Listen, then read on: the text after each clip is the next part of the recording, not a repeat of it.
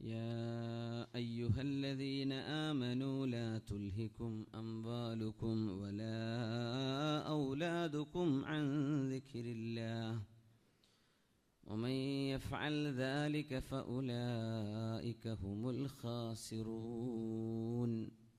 صدق الله مولانا العلي العظيم وصدق وبلغنا رسوله النبي الكريم ونحن على ذلك من الشاهدين الشاكرين والحمد لله رب العالمين. വളരെ സ്നേഹം നിറഞ്ഞ സഹോദരന്മാരെ സഹോദരിമാരെ, അല്ലാഹു സുബ്ഹാനഹു വ തആല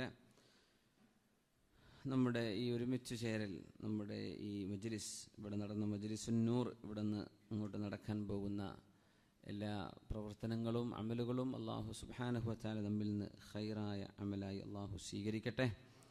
അല്ലാഹു നമുക്കും നമ്മുടെ മാതാപിതാക്കൾ, ബന്ധുമിത്രാദികൾ, നമ്മുമായി ബന്ധപ്പെട്ടവർ, അവർക്കൊക്കെ അല്ലാഹു തആല പുറത്തു കൊടുക്കട്ടെ.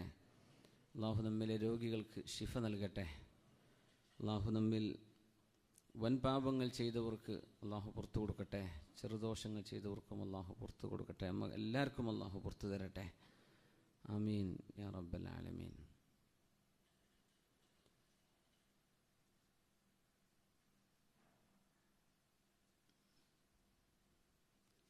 മാതൃകാ വനിതകളായ സഹോദരിമാരെ സംബന്ധിച്ചായിരുന്നു നമ്മൾ കഴിഞ്ഞ ക്ലാസ്സിൽ ചർച്ച ചെയ്തു തുടങ്ങിയത്.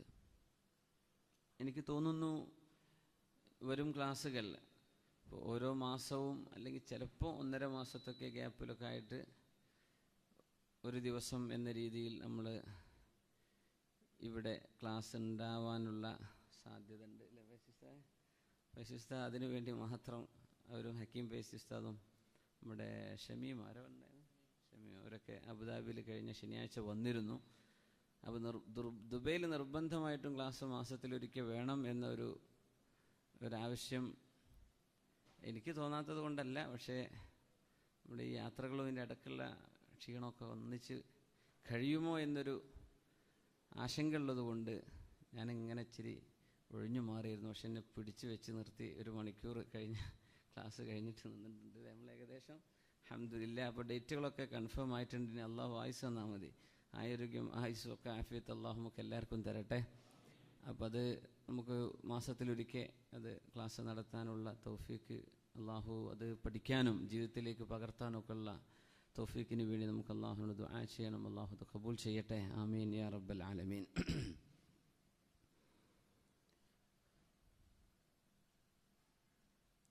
വിശുദ്ധ ഖുർആൻ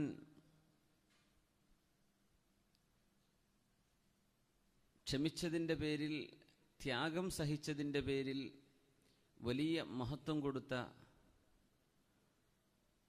2 വനിതകളെ നമുക്ക് പരിചയപ്പെടുത്തിയിട്ടുണ്ട്. ഒന്ന് മഹദി ഹാജർ റളിയല്ലാഹു അൻഹയാണ്. മറ്റൊന്ന് മഹദി മറിയം ബീവി റളിയല്ലാഹു അൻഹ. ഹാജർ ബീവി റളിയല്ലാഹു അൻഹ മക്കയിലേക്ക് വന്ന ആ ഒരു ഹജ്ജുമായി ബന്ധപ്പെട്ട ചരിത്രം നമുക്കൊക്കെ അറിയുന്ന ഒരു ചരിത്രമാണ്. അതുകൊണ്ട് ഞാനതിൻ്റെ ആഴത്തിലേക്ക്, വിശദാംശങ്ങളിലേക്ക് കടക്കുകയല്ല. പക്ഷെ നമ്മൾ ചിന്തിച്ചിട്ടുണ്ടോ എന്നറിയില്ല, ഹാജർ ബീവി മരുഭൂമിയിൽ ഒറ്റക്കായിരിക്കുമ്പോൾ ഒരൽപ്പം കാരക്കയും വെള്ളവും മാത്രം കൊടുത്ത് ഇബ്രാഹിം നബി അലൈഹിസ്സലാത്തു വസ്സലാം തിരിച്ചു പോകുമ്പോൾ ഹാജർ ബീവി ചോദിക്കുന്നുണ്ട്, ഞങ്ങളവിടെ ഒറ്റക്കാക്കി പോവുകയാണോ എന്നൊരു ചോദ്യം. പിന്നെ ചോദിച്ചു, ഇത് അള്ളാഹുവിൻ്റെ തീരുമാനമാണോ എന്ന്. അതേ എന്ന മറുപടി കിട്ടി ഇബ്രാഹിം നബി അലൈഹിസ്സലാമിൽ നിന്ന്. അപ്പം നമ്മൾ വിചാരിക്കുന്നു ഹാജർ ബീവി അങ്ങനെ ക്ഷമിച്ചു, സഫാ മർവൻ്റെ ഇടയിലൊക്കെ ഓടി, സംസം ഉണ്ടായി, സംഭവങ്ങളൊക്കെ നടന്നു. ഇവിടെ ഹാജർ ബീവിയുടെ ബാക്ക്ഗ്രൗണ്ട് നമ്മൾ മനസ്സിലാക്കണം. ബീവി വളർന്നത് ഈജിപ്തിലെ കൊട്ടാരത്തിലാണ്. ഈജിപ്തിലെ രാജാവിൻ്റെ ഭൃത്യയായിട്ട് ജോലി ചെയ്തിരുന്ന, അവിടുത്തെ രാജകീയമായ സൗകര്യങ്ങൾ കണ്ടു വളർന്ന ഒരു മഹദിയാണ് ഹാജർ ബീവി റളിയല്ലാഹു അൻഹ. അങ്ങനത്തെ ഒരു മഹദിയെയാണ് മരുഭൂമിയിലേക്ക് കൊണ്ടുവരുന്നത്. ആ ഒരു വശം ചിന്തിക്കുമ്പോഴാണ് ഹാജർ ബീവി ചെയ്ത ത്യാഗത്തിൻ്റെ അതിൻ്റെ പ്രാധാന്യം നമുക്ക് ഉൾക്കൊള്ളാൻ കഴിയുള്ളൂ. നമ്മൾ പറയില്ലേ, ഗൾഫിലൊക്കെ ജീവിച്ച മക്കളിനിപ്പോൾ എങ്ങനെ നാട്ടിൽ ജീവിക്കാൻ? ഒക്കെ ജീവിച്ചു പോവും, ഇവിടെ ജീവിക്കണില്ലേ, നാട്ടിലെ മക്കളൊക്കെ അല്ലേ, അൽഹംദുലില്ലാ. ഹാജർ ബീവി റളിയല്ലാഹു അൻഹ അത്രയും വലിയൊരു ത്യാഗം മരുഭൂമിയിൽ അള്ളാഹുവിൻ്റെ പരിശുദ്ധമായ മക്കയുള്ളിടത്ത് ചെയ്ത ആ ഒരു ത്യാഗത്തിൻ്റെ പേരിലാണ് ഇസ്മായിൽ നബി അലിഹിസ്സലാമിൻ്റെ ഉമ്മയാവാനുള്ള ഭാഗ്യമുണ്ടായത്. ഇസ്മായിൽ നബി അലിഹിസ്സലാം ആണെങ്കിലോ അഷ്റഫുൽ ഖൽഖ് സ്വല്ലല്ലാഹു അലൈഹി വസല്ലം തങ്ങളുടെ വല്ലിപ്പയാണ്. കാരണം നബി തങ്ങളുടെ പരമ്പര വരുന്നത് ഇസ്മായിൽ നബി അലിഹിസ്സലാമിലൂടെയാണ്. അവരുടെ ഉപ്പ ഇബ്രാഹിം നബി അലിഹിസ്സലാം. അതുമാത്രമല്ല, ആ മഹദി റളിയല്ലാഹു അൻഹ ചെയ്ത ആ ഒരു ത്യാഗം, സഫാ മർവക്കിടയിലുള്ള ആ ഒരു നടത്തം ഖിയാമത്ത് നാൾ വരെ മനുഷ്യരെ കൊണ്ട് അല്ലാഹു തആല ചെയ്യിപ്പിക്കുകയാണ്, വിശ്വാസികളെ കൊണ്ട്. ഇത്രയും വലിയൊരു മഹത്വം എപ്പോഴും ജീവിച്ചിരിക്കുന്ന സ്മരണയാണ്. ഏതെങ്കിലും ഒരു ചരിത്രം എഴുതവെക്കപ്പെട്ട് വായിക്കാതെ പോയാൽ ലോകം മറന്നുപോയേനെ. മഹദി ഹാജർ ബീവി റളിയല്ലാഹു അൻഹയുടേത് ചലിച്ചുകൊണ്ടിരിക്കുന്ന ചരിത്രമാണ്. അത് മറക്കാൻ കഴിയില്ലല്ലോ, ഹജ്ജിന്റെ ഭാഗമല്ലേ. അങ്ങനെ ഒരു ക്ഷമിച്ചത് ഇദൻ ലൻ യുളയ്യഅന, അള്ളാഹു ഞങ്ങളെ ഇവിടെ ആക്കാൻ പറഞ്ഞതാണെങ്കിൽ അള്ളാഹു ഞങ്ങളെ കൈവടിയില്ലല്ലോ എന്ന് പറഞ്ഞ ആ ഒരു അള്ളാഹുവിലുള്ള തവക്കുൽ, അത് നമ്മുടെ പെങ്ങന്മാർക്കും നമ്മുടെ സഹോദരിമാർക്ക് ഭാര്യമാർക്ക് നമുക്കൊക്കെ മാതൃകയാക്കാനുള്ള വലിയ ഒരു പാഠം അതിൻ്റെ ഉള്ളിൽ അള്ളാഹു വെച്ചിരിക്കുകയാണ്. അങ്ങനൊരു ക്ഷമയൊക്കെ ദീനിന് വേണ്ടി ക്ഷമിക്കാനുള്ള തൗഫീഖ് അള്ളാഹു നമുക്ക് തരട്ടെ. ആമീൻ യാ റബ്ബൽ ആലമീൻ. മഹദി റളിയല്ലാഹു അൻഹു ഇബ്രാഹിം നബി അലൈഹിസ്സലാമിനെ കുറിച്ച് എപ്പോഴും പറഞ്ഞു കൊടുത്തതിൻ്റെ പേരിൽ ഇബ്രാഹിം നബി അലൈഹിസ്സലാം വന്ന സമയത്ത് മോൻ ഇസ്മായിൽ നബി ഒരിക്കലും ചോദിച്ചിട്ടില്ലെന്നാണ്, അല്ലേ? ഉമ്മ അത് ആരാണ്? ഇതിൻ്റെ വാപ്പന്നെയാണോ?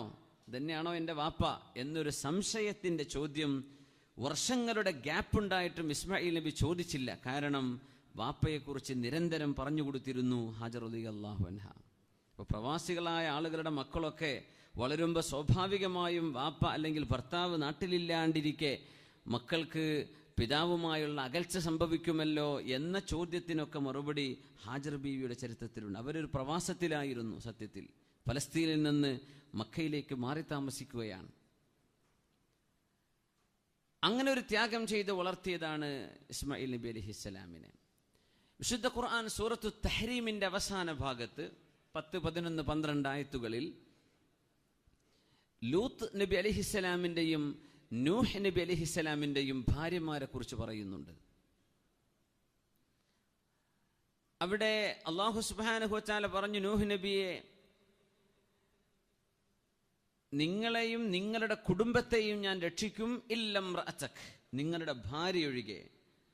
അവര് ദുർനടപ്പുകാരിയാണ്, അതുകൊണ്ട് ഭാര്യ രക്ഷപ്പെടാൻ പോകുന്നില്ല, ബാക്കിയുള്ളവരൊക്കെ രക്ഷപ്പെടുന്നു. പ്രളയമുണ്ടായി. നൂഹ് നബി അലൈഹിസ്സലാത്തു വസ്സലാമിൻ്റെ കപ്പലിൽ കയറി അവരൊക്കെ രക്ഷപ്പെടുകയാണ്. പ്രളയത്തെക്കുറിച്ച് അതിൻ്റെ ആ ചരിത്രം നമ്മുടെ ഭാഗമല്ല, എന്നാലും സൂചിപ്പിക്കുകയാണ്. ഇസ്ലാമികമായ ചരിത്ര ഗവേഷകന്മാർ ആ വിഷയത്തെ സംബന്ധിച്ച് പറഞ്ഞത് അത് ഒരു ലോക്കലൈസ് ഫ്ലഡ് ആയിരുന്നു, ഗ്ലോബൽ ഫ്ലഡ് ആയിരുന്നില്ല എന്നാണ്. ലോകം ഒന്നാകെ വെള്ളത്തിൽ മുങ്ങി എന്നൊരാശയം അതിനില്ല എന്ന് വലിയൊരു ശതമാനം പണ്ഡിതന്മാർ അഭിപ്രായപ്പെടുന്നു. അങ്ങനെ ഒരു ഗ്ലോബലായിട്ടുള്ള ഭൂമി ഒന്നാകെ നിറഞ്ഞു നിന്ന ഒരു പ്രളയമായിരുന്നു എന്ന് അഭിപ്രായപ്പെട്ട ചില ചുരുക്കം പണ്ഡിതന്മാരുമുണ്ട്. അതിൻ്റെ ഒരു കാരണം എന്താണെന്ന് വെച്ചാൽ, നൂഹ് നബി അലൈഹിസ്സലാത്തു വസ്സലാമിൻ്റെ ദഅവത്ത് ഈ ഇറാഖിലായിരുന്നു ഉണ്ടായത്, മെസപ്പൊട്ടേമിയയിലാണ്. ടൈഗ്രീസിൻ്റെയും യൂഫ്രട്ടീസിൻ്റെയും ഇടയിലുള്ള നാടിനാണ് മെസപ്പൊട്ടേമിയ എന്ന് പറയുന്നത്, ദ ലാൻഡ് ബിറ്റ്വീൻ 2 rivers. അവിടെയാണ് ഇബ്രാഹിം നബി മഹാനായ നൂഹ് നബി അലൈഹിസ്സലാം വരുന്നത്. നൂഹ് നബിയുടെ പ്രബോധന സ്ഥലം ഇറാഖാണ്. അതുമാത്രമല്ല, നൂഹ് നബി അലൈഹിസ്സലാത്തു വസ്സലാമിൻ്റെ കപ്പലിൽ ലോകത്ത് ഇന്നുള്ള എല്ലാ ജീവജാലങ്ങളെയും അടക്കം ചെയ്യാനുള്ള കപ്പാസിറ്റിയുമില്ല. അല്ലാഹു സുബ്ഹാനഹു വ തആല ഇണകളെ പ്രവേശിപ്പിക്കണം, ഇണകളായ ജീവികളെ കയറ്റുക എന്നൊക്കെ പറഞ്ഞത് ആ പ്രദേശത്ത് ലഭ്യമായ മൃഗങ്ങളിൽ ഇണകളെ പ്രവേശിപ്പിക്കുക എന്നേ അതിനർത്ഥം കൊടുക്കാൻ പറ്റൂ എന്നാണ്. ഏതായിരുന്നാലും ആ സന്ദർഭത്തിൽ മോനെ കൺമുമ്പിൽ കണ്ടു നൂഹ് നബി അലൈഹിസ്സലാം. യാ ബുനയ്യ റുകം മഅന, മോനെ ഞങ്ങളോടുകൂടെ കപ്പലിലേക്ക് വാ മോനെ. വാപ്പ വിളിച്ചു. നൂഹ് നബിക്ക് അറിയില്ല തൻ്റെ മോൻ ദുർനടപ്പുകാരനായിട്ടുണ്ട് എന്ന്. യാ ബുനയ്യ റുകം മഅന, മോൻ പറഞ്ഞു ഇല്ല. സആവി ഇലാ ജബലി യഅസുമുനി മിനൽ മാ, ഞാൻ ആ മല വരെ, പർവ്വതത്തിൻ്റെ ഉച്ചി വരെ നീന്തിക്കൊള്ളാം, അങ്ങോട്ട് വെള്ളം എത്തില്ലല്ലോ. നൂഹ് നബി അലൈഹിസ്സലാം പറഞ്ഞു, മോനെ ലാ ആസിമ മിനല്ലാഹി ഇല്ലാ ഇലൈഹി, അല്ലാഹുവിലേക്കല്ലാതെ രക്ഷയില്ല. ഇത് പറഞ്ഞുകൊണ്ടിരിക്കെ മകൻ വെള്ളത്തിൽ മുങ്ങുകയാണ്. അപ്പോഴാണ് ഇബ്രാഹിം നബി അലൈഹിസ്സലാം ചോദിച്ചത്, ഇന്ന ബിനി മിൻ അഹ്ലി, എൻ്റെ അഹ്ലിനെ രക്ഷപ്പെടുത്തുമെന്നൊക്കെ പറഞ്ഞിട്ടുണ്ടല്ലോ അല്ലാഹുവേ, എൻ്റെ മോൻ എൻ്റെ ബന്ധുവാണല്ലോ, എൻ്റെ ഭാര്യ പോയിട്ടുണ്ടെന്ന് എനിക്കറിയാം, പക്ഷേ എൻ്റെ ബന്ധുക്കളെ നീ രക്ഷപ്പെടുത്തും, ഭാര്യയൊഴികെ മകൻ്റെ കാര്യം നീ പറഞ്ഞിട്ടില്ലല്ലോ, എൻ്റെ മകൻ എന്തു പറ്റി എന്ന് ചോദിച്ചപ്പോഴാണ് ഇന്നഹു അമലുൻ ഗൈറു സാലിഹ്, നിങ്ങളുടെ മോൻ ഒരു ദുർപ്രവൃത്തിയാണ്. നൂഹ് നബിയെ പ്രവൃത്തി ചെയ്യുന്നവൻ എന്നല്ല പറഞ്ഞത്, അതിലും കുറച്ച് കൂടിയിട്ടാ ഖുർആൻ, അവൻ തന്നെ ഒരു ദുഷ്പ്രവൃത്തിയാണ്. ഇന്നഹു അമലുൻ ഗൈറു സാലിഹ്, ആളൊരു കച്ചറയാണെന്നൊക്കെ പറയില്ലേ, കച്ചറ കളിക്കുന്ന ആളെന്നായാലും ഉദ്ദേശം അല്ലേ എന്ന പോലെ, ഇന്നഹു അമലുൻ ഗൈറു സാലിഹ്, അവൻ തന്നെ ഒരു സ്വാലിഹല്ലാത്ത അമലായി മാറിയിട്ടുണ്ട് നൂഹ് നബിയെ. ഇതിന് മുഫസ്സിരീങ്ങൾ പറയുന്ന കാരണം, ആ കുട്ടിയുടെ ഉമ്മ നൂഹ് നബി അലൈഹിസ്സലാത്തു വസ്സലാമിൻ്റെ ഭാര്യ, അവർ മകന് തർബിയത്ത് നൽകാത്തതിൻ്റെ പേരിൽ ഉണ്ടായ പ്രശ്നമാണെന്നാണ്. ആ ഉമ്മ വീട്ടിലുണ്ടായതുകൊണ്ടും ആ ഉമ്മയുടെ സാഹചര്യം കൊണ്ടാണ് നൂഹ് നബിയുടെ മക്കളിൽ ഒരാളെങ്കിലും യാം എന്ന് പറയുന്ന ഈ മോൻ, അല്ല കൻആൻ എന്നൊക്കെ അഭിപ്രായങ്ങൾ കാണും ചരിത്രത്തിൽ, ആ മകൻ നഷ്ടപ്പെടാനുണ്ടായ കാരണം പ്രവാചകനായ നൂഹ് നബി അലൈഹിസ്സലാമിൻ്റെ ഭാര്യയായിരുന്നതിൻ്റെ കാരണം. ആ ഉമ്മ അതിനെ തർബിയത്ത് ചെയ്തില്ല, അവിടെ ഒരു കുഞ്ഞ് നഷ്ടമായി. ഇപ്പുറത്ത് ഇബ്രാഹിം നബി അലൈഹിസ്സലാത്തു വസ്സലാമിൻ്റെ ഭാര്യ ഹാജർ റളിയല്ലാഹു അൻഹ നല്ല തർബിയത്ത് കൊടുത്തു, അതുകൊണ്ട് ആ കുഞ്ഞ് നന്നായി.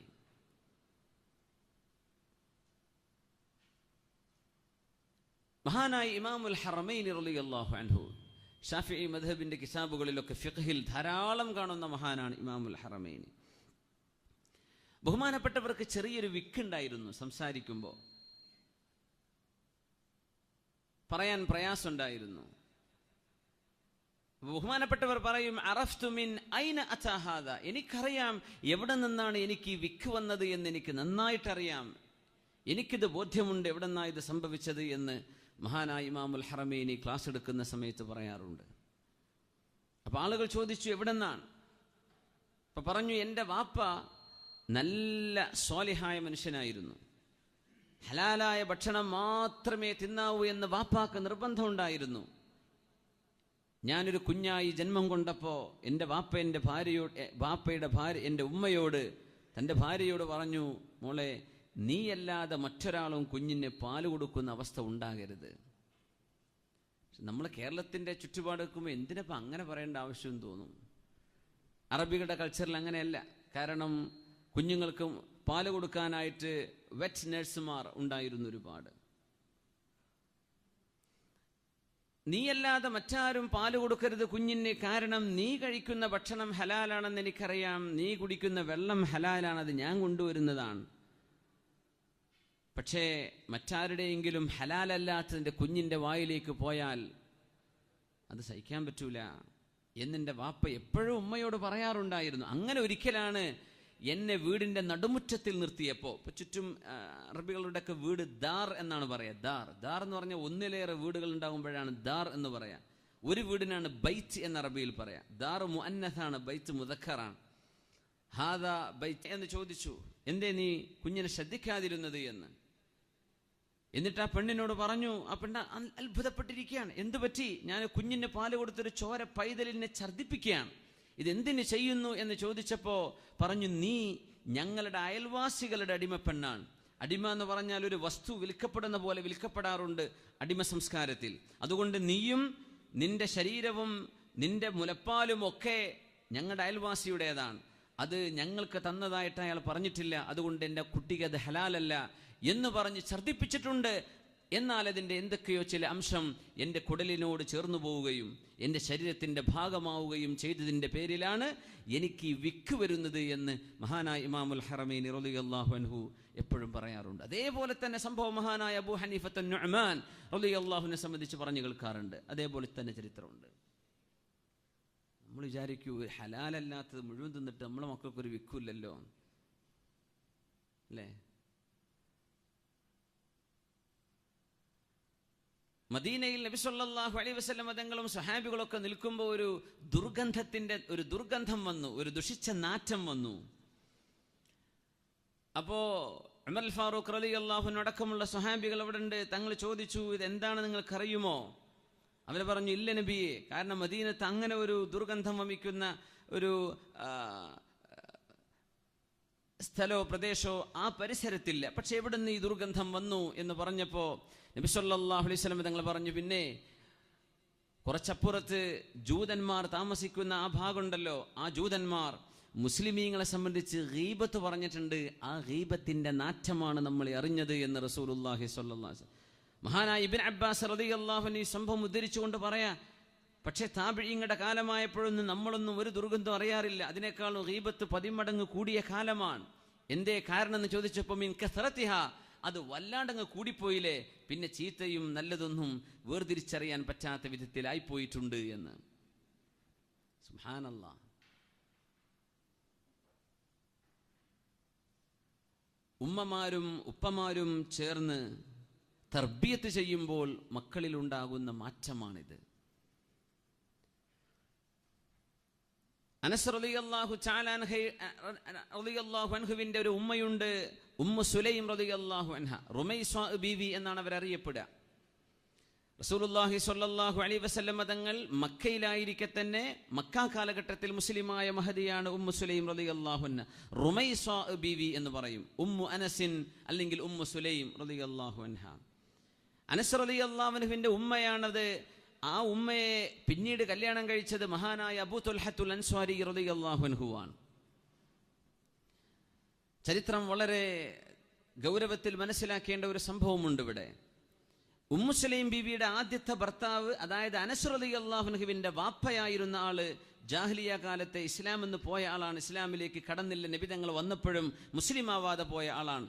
അദ്ദേഹത്തിന്റെ പേര് മാലിക് ബിൻ നദർ എന്നായിരുന്നു. മാലിക് ബിൻ നദർ, അതുകൊണ്ടാണ് അനസ് ബിൻ മാലിക്. പക്ഷെ അനസ് റളിയല്ലാഹുവിന്റെ ചരിത്രം പറയുമ്പോഴേക്ക് അബൂ തൽഹ റളിയല്ലാഹുവിനെയാ പറയാ. അത് അബൂ തൽഹ തങ്ങൾ പിന്നീട് കല്യാണം കഴിച്ചത് അനസ് തങ്ങളുടെ ഉമ്മയെ. സ്വന്തം ഉപ്പയുടെ പേര് മാലിക് ബിൻ നദർ എന്നാണ്. അപ്പൊ അദ്ദേഹം റസൂലുള്ളാഹി സ്വല്ലല്ലാഹു അലൈഹി വസല്ലം തങ്ങൾ ഇസ്ലാമിലേക്ക് ആളുകളെ ക്ഷണിച്ചപ്പോൾ അദ്ദേഹം പറഞ്ഞു, ഞാനില്ല, ഞാൻ ഷാമിലേക്ക് പോവാ, അവിടെ വല്ല കച്ചവടം ചെയ്ത് ഞാൻ ജീവിച്ചോളാം എന്ന് പറഞ്ഞു. അങ്ങനെ ഭാര്യയോട് ചോദിച്ചു, റുമൈസ ബീവിയോട് നീ പോരുന്നുണ്ടോ എന്ന് ചോദിച്ചു. ഇല്ല, ഞാൻ പോരുന്നില്ല എന്ന് പറഞ്ഞു. അങ്ങനെ ഒറ്റക്ക് അദ്ദേഹം പോയി. പിന്നീട് ചരിത്രത്തിൽ ഉള്ളത് ഷാമിലേക്ക് എത്തിയിട്ടില്ല. അപ്പോഴേക്കും വഴിയിൽ വെച്ച് അദ്ദേഹം കൊല്ലപ്പെടുകയാണ് ഉണ്ടായത്. ഏതായിരുന്നാലും റുമൈസ ബീവി റളിയല്ലാഹു അൻഹ മുസ്ലിമത്തായി ഒറ്റക്ക് തന്റെ പൊന്നുമോനായ അനസ് റളിയല്ലാഹു അൻഹുവിനെ വളർത്തുകയാണ്. മദീനയിലേക്ക് വന്നു. അനസ് റളിയല്ലാഹു അൻഹുവിന്റെ ഈ ഉമ്മ നല്ല കാണാൻ ഭംഗിയുള്ള, തന്റെ ഇടമുള്ള ആഖില വജമീല, നല്ല ഭംഗിയുള്ളവരാണ്, നല്ല ബുദ്ധിയുള്ളവരാണ്.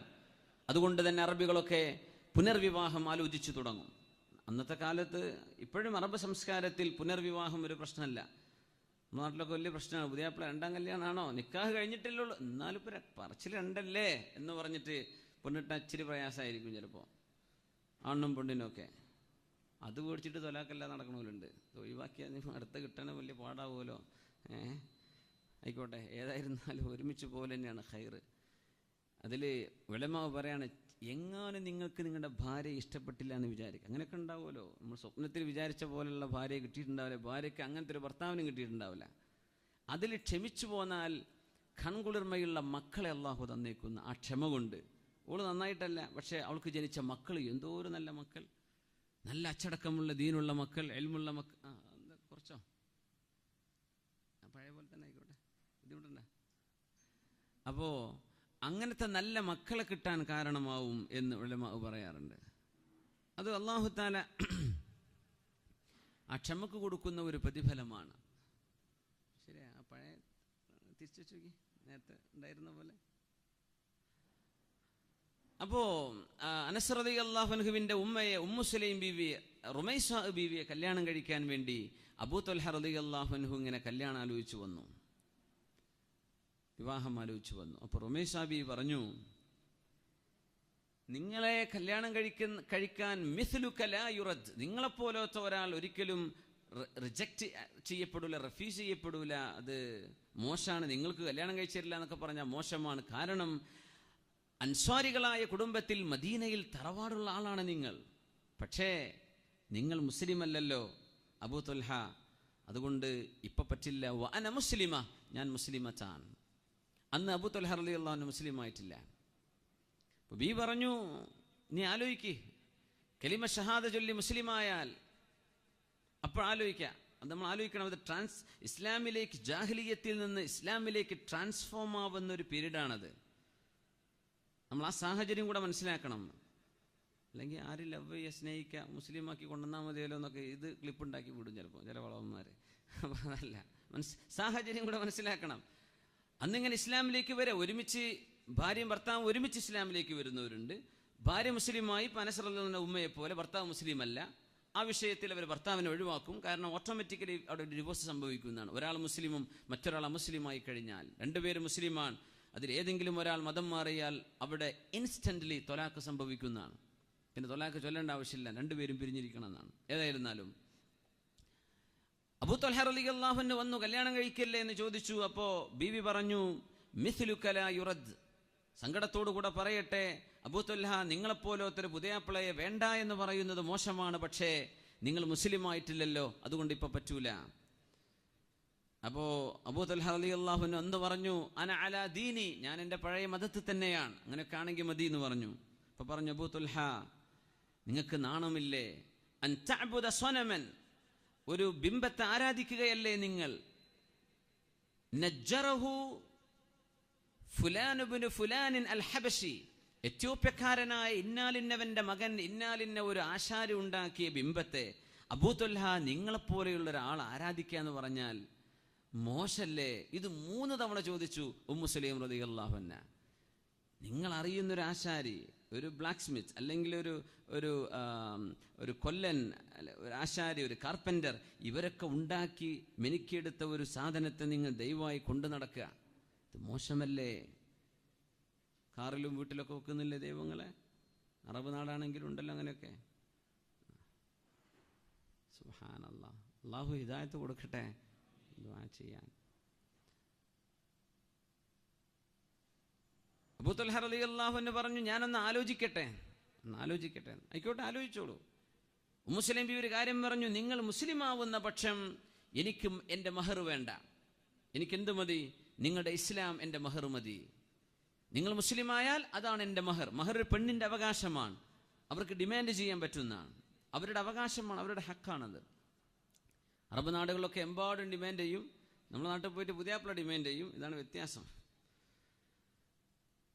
ഉമ്മു സുലൈം ബീവിയാണ് ഇസ്ലാമിന്റെ ചരിത്രത്തിൽ ഏറ്റവും മഹിതമായ മഹർ വാങ്ങിച്ചത് എന്നാണ്. അൽ ഇസ്ലാം, മുസ്ലിമായാൽ പിന്നെ എനിക്ക് വേറെ മഹർ വേണ്ട, ഞാനത് സ്വീകരിക്കും, ആലോചിക്കുക എന്ന് പറഞ്ഞു. അന്ന് രാത്രി പോയി അബൂ ത്വൽഹ റളിയല്ലാഹു അൻഹു രാവിലെ വരുന്നു.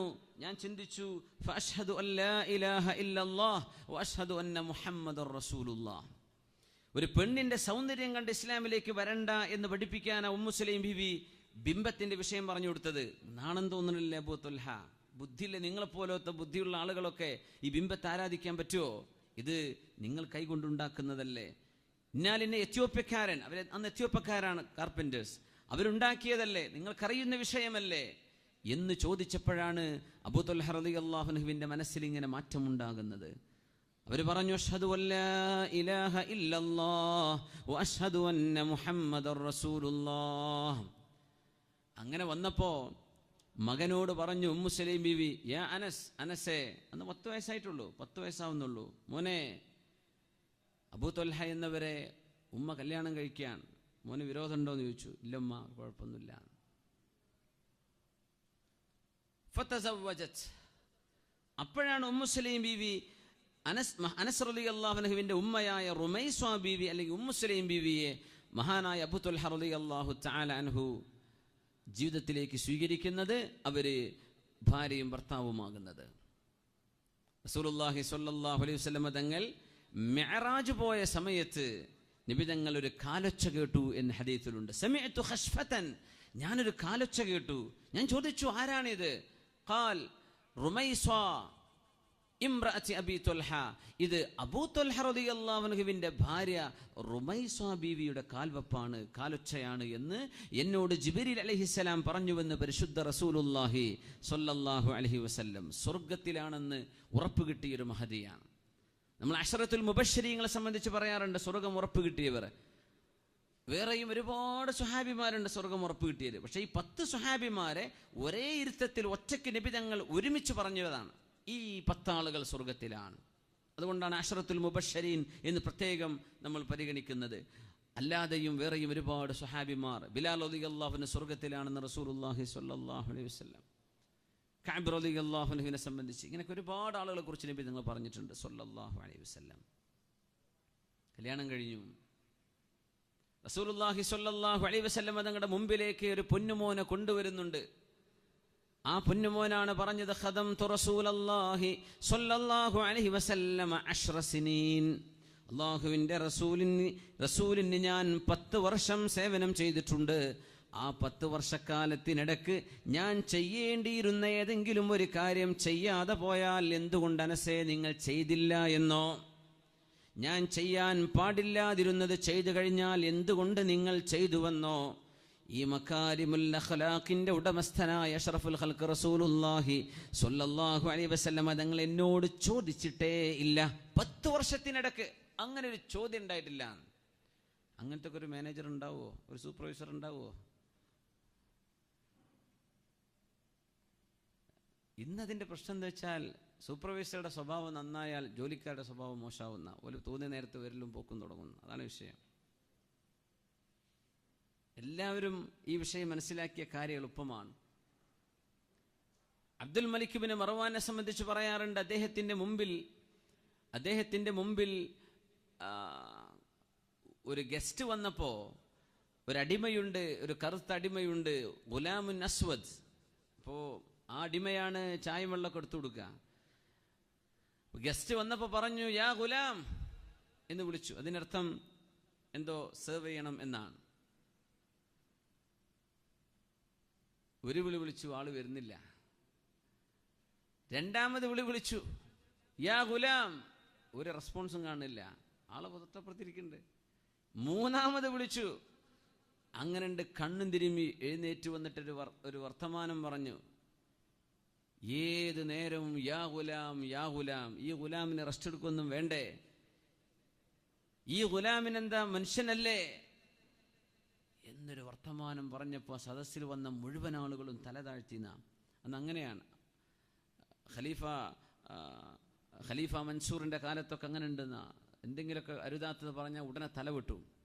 അപ്പോൾ ചോര തെറിക്കണ്ടെന്ന് വിചാരിച്ച് തല താഴ്ത്തി വെക്കുന്ന, തലയിൽ തുണി വെച്ചിട്ട്. എന്തേ തല താഴ്ത്തിയത്? നിങ്ങൾ ഇയാളെ തല വെട്ടുന്ന ഞങ്ങൾക്ക് ഉറപ്പായിരുന്നു. ഇദാ സാഅ അഖ്ലാഖുനാ ഹസുന അഖ്ലാഖുൽ ഖദം വഇദാ സാഅ അഖ്ലാഖുനാ ഹസുന അഖ്ലാഖുൽ ഖദം വഇദാ ഹസുന അഖ്ലാഖുനാ സാഅ അഖ്ലാഖുൽ ഖദം ഫമാ കുന്നാ ലിനുസീഅ അഖ്ലാഖനാ ഹത്താ യഹ്സുന അഖ്ലാഖുൽ ഖദം എന്ന വലിയൊരു വാക്ക്, അർത്ഥഗർഭമായൊരു വാക്ക് അദ്ദേഹം പറഞ്ഞു. അതിനർത്ഥം നമ്മുടെ സ്വഭാവം മോശമായാൽ നമ്മുടെ ഈ അടിമകളുടെ സ്വഭാവമൊക്കെ നന്നാവും. നമ്മുടെ സ്വഭാവം നന്നായാൽ ഇവരുടെ സ്വഭാവമൊക്കെ മോശമാവുകയും ചെയ്യും. എന്നാൽ ഇവരുടെ സ്വഭാവം നന്നാവാൻ വേണ്ടി നാം നമ്മുടെ സ്വഭാവം മോശമാക്കുന്നവരല്ല. അങ്ങനത്തെ ഒരു ഹിക്മത്തുള്ള വാക്ക് അദ്ദേഹം പറഞ്ഞു. ഏതായിരുന്നാലും അനസ് റളിയല്ലാഹു അൻഹുവിന് കിട്ടിയത്, അനസ് തങ്ങളുടെ മാസ്റ്റർ, അവരുടെ ഉടമസ്ഥൻ അഷ്റഫുൽ ഖൽഖ് റസൂലുള്ളാഹി തങ്ങളാ സ്വല്ലല്ലാഹു അലൈഹി വസല്ലം. ഈ അനസ് റളിയല്ലാഹു അൻഹുവിനെ എങ്ങനെയാണ് ഉമ്മു സലീം ബീവി, മക്കയിലെ മുസ്ലിമായ മഹദിയാണ്, മക്കയിലെ മുസ്ലിമത്താണ്, ഹിജ്റ ചെയ്തു വന്നവരാണ്.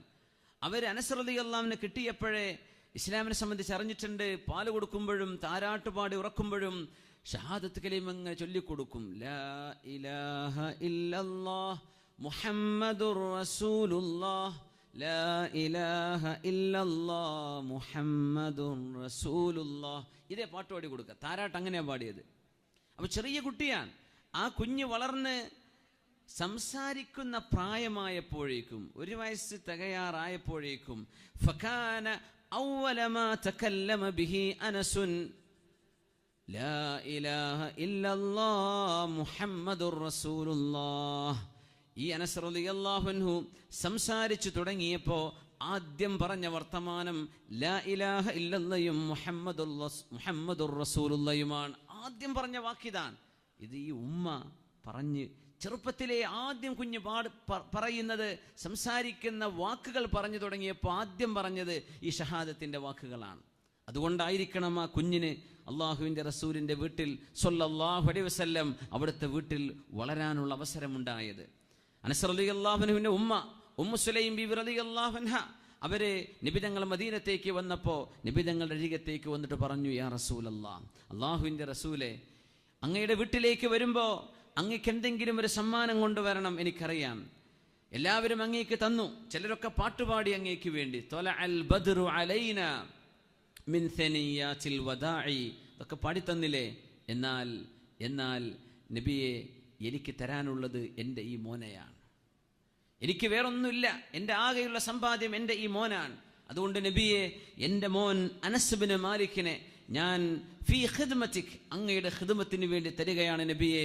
അങ്ങ് വളർത്തിക്കോളൂ, അങ്ങയുടെ കൂടെ ആവട്ടെ, അങ്ങേക്ക് വേണ്ട സേവനങ്ങൾ ചെയ്യാൻ എൻ്റെ ഈ മോനെ ഞാൻ അങ്ങേക്ക് തന്നിരിക്കുന്നു എന്ന് പരിശുദ്ധ റസൂലുള്ളാഹി തങ്ങളോട് പറഞ്ഞ ഉമ്മയാണ് മഹദി ഉമ്മു സുലൈം, അല്ലെങ്കിൽ റുമൈസ ബിബി റളിയല്ലാഹു തആല അൻഹ. ഉമ്മമാർക്കത് ചെയ്യാൻ കഴിയുമെന്നാണ്. ഉമ്മമാരുടെ ഇടപെടൽ വലിയതാണ്. ഉമ്മമാരുടെ ഇടപെടൽക്ക് വലിയ സ്വാധീനമുണ്ടാക്കാൻ കഴിയും. ഒരാൾ തൻ്റെ കുടുംബത്തിൽ തൻ്റെ മക്കളെ സംബന്ധിച്ച് അങ്ങനെ പറയാറുണ്ട്. ഒരു ദാഇ, ഒരു പ്രബോധകൻ തൻ്റെ അനുഭവം എഴുതിയപ്പോൾ പറഞ്ഞു, ഞാനൊരു വാഹനത്തിൽ പോകുമ്പോൾ ഒരു സാധാരണക്കാരനാണ് വാഹനം ഡ്രൈവ് ചെയ്യുന്നത്, അയാളുടെ മക്കളും വണ്ടിയിലുണ്ട്. ആ മക്കൾ വാഹനം ഒരു കയറ്റത്തിലേക്ക് എത്തുമ്പോൾ പറയുന്നുണ്ട് അല്ലാഹു അക്ബർ. വാഹനം കുന്നിറങ്ങുമ്പോൾ പറയുന്നുണ്ട് സുബ്ഹാനല്ലാഹ്. തിന്നുമ്പോഴും കുടിക്കുമ്പോഴും വരുന്ന ദിക്റുകളൊക്കെ പറയുന്നുണ്ട്. ഞാൻ ചോദിച്ചു, ഇത് അള്ളാഹുവിൻ്റെ റസൂലിൻ്റെ സുന്നത്താണല്ലോ. ഒരു വാഹനം ഒരു ഹൈറ്റിലേക്ക് കയറുകയാണെങ്കിൽ, കുന്നിലേക്ക് കയറുമ്പോൾ തക്ബീർ ചൊല്ലുന്നത് അല്ലാഹു അക്ബർ, അല്ലാഹു അക്ബർ, അല്ലാഹു അക്ബർ. ചില ഫ്ലൈറ്റിലൊക്കെ പറയുന്നുണ്ട്, എയർ അറബിയിൽ പറയാറുണ്ടോ അത്, ഈ തക്ബീർ സുബ്ഹാനല്ലദി സഖറ ലനൊക്കെ ഉണ്ട്. ഏതോ ഒരു ഫ്ലൈറ്റിൽ അങ്ങനെ പറഞ്ഞതായിട്ട് ഞാൻ ഓർക്കുന്നു, ഏതാണെന്നറിയില്ല. നിങ്ങൾക്ക് വല്ല ഓർമ്മ ഉണ്ടോ? സൗദി എയർലൈൻസിലെ ഒരു തക്ബീർ ചൊല്ലുന്നുണ്ട്. അത് ടേക്ക് ഓഫിൻ്റെ സമയത്ത് നമ്മൾ ഉയരുകയാണല്ലോ, ആ സമയത്ത് തക്ബീർ ചൊല്ലൽ സുന്നത്താണ്. എന്താ ഉറക്ക തക്ബീർ വിളിച്ചിട്ട് അടുത്തുള്ള പഠിപ്പിക്കൊന്നും വേണ്ട, നമ്മൾ തക്ബീർ ചൊല്ലുക അല്ലാഹു അക്ബർ. നമുക്ക് മനസ്സിലാവുന്ന രീതിയിൽ, നമ്മൾ കേൾക്കത്തക്ക രീതിയിൽ പറഞ്ഞാൽ മതി. അല്ലാഹു അക്ബർ, തക്ബീർ ചൊല്ലുക. ലാൻഡ് ചെയ്യുമ്പോൾ സുബ്ഹാനല്ലാഹ്. തിരിച്ച് കോഴിക്കോടൊക്കെ ലാൻഡ് ചെയ്യുകയാണെങ്കിൽ പറയും ചെയ്യും, നമ്മൾ ലാ ഇലാഹ ഇല്ലല്ലാഹിന് ഒപ്പം പറയില്ലേ. റൺവേ പണി നടക്കുകയാണ്, ഇതിപ്പോൾ കുണ്ടുക്കാണോ വീഴുന്നത്, റൺവേക്ക് തന്നെയാണോ? നാട്ടിലെത്തുമ്പോൾ ഭയങ്കര പേടിയാണ് ലാൻഡ് ചെയ്യുമ്പോൾ അല്ലേ. ഇവിടെ ലാൻഡ് ചെയ്യുമ്പോൾ അത്ര പേടിയൊന്നും തോന്നാറില്ല. അതിലൊന്നും കഥല്ല എന്നാ ശരിക്കും. എവിടെ ലാൻഡ് ചെയ്യുകയാണെങ്കിലും അള്ളാഹുവിൻ്റെ കുദറത്തിലല്ലേ. ഏത് ഭൂമിയിലാണെങ്കിലും. അത് പൊളിഞ്ഞ കാറിൽ, പഴയ 84 മോഡൽ കാറിൽ പോകുമ്പോൾ ദിക്റൊക്കെ ചൊല്ലുക.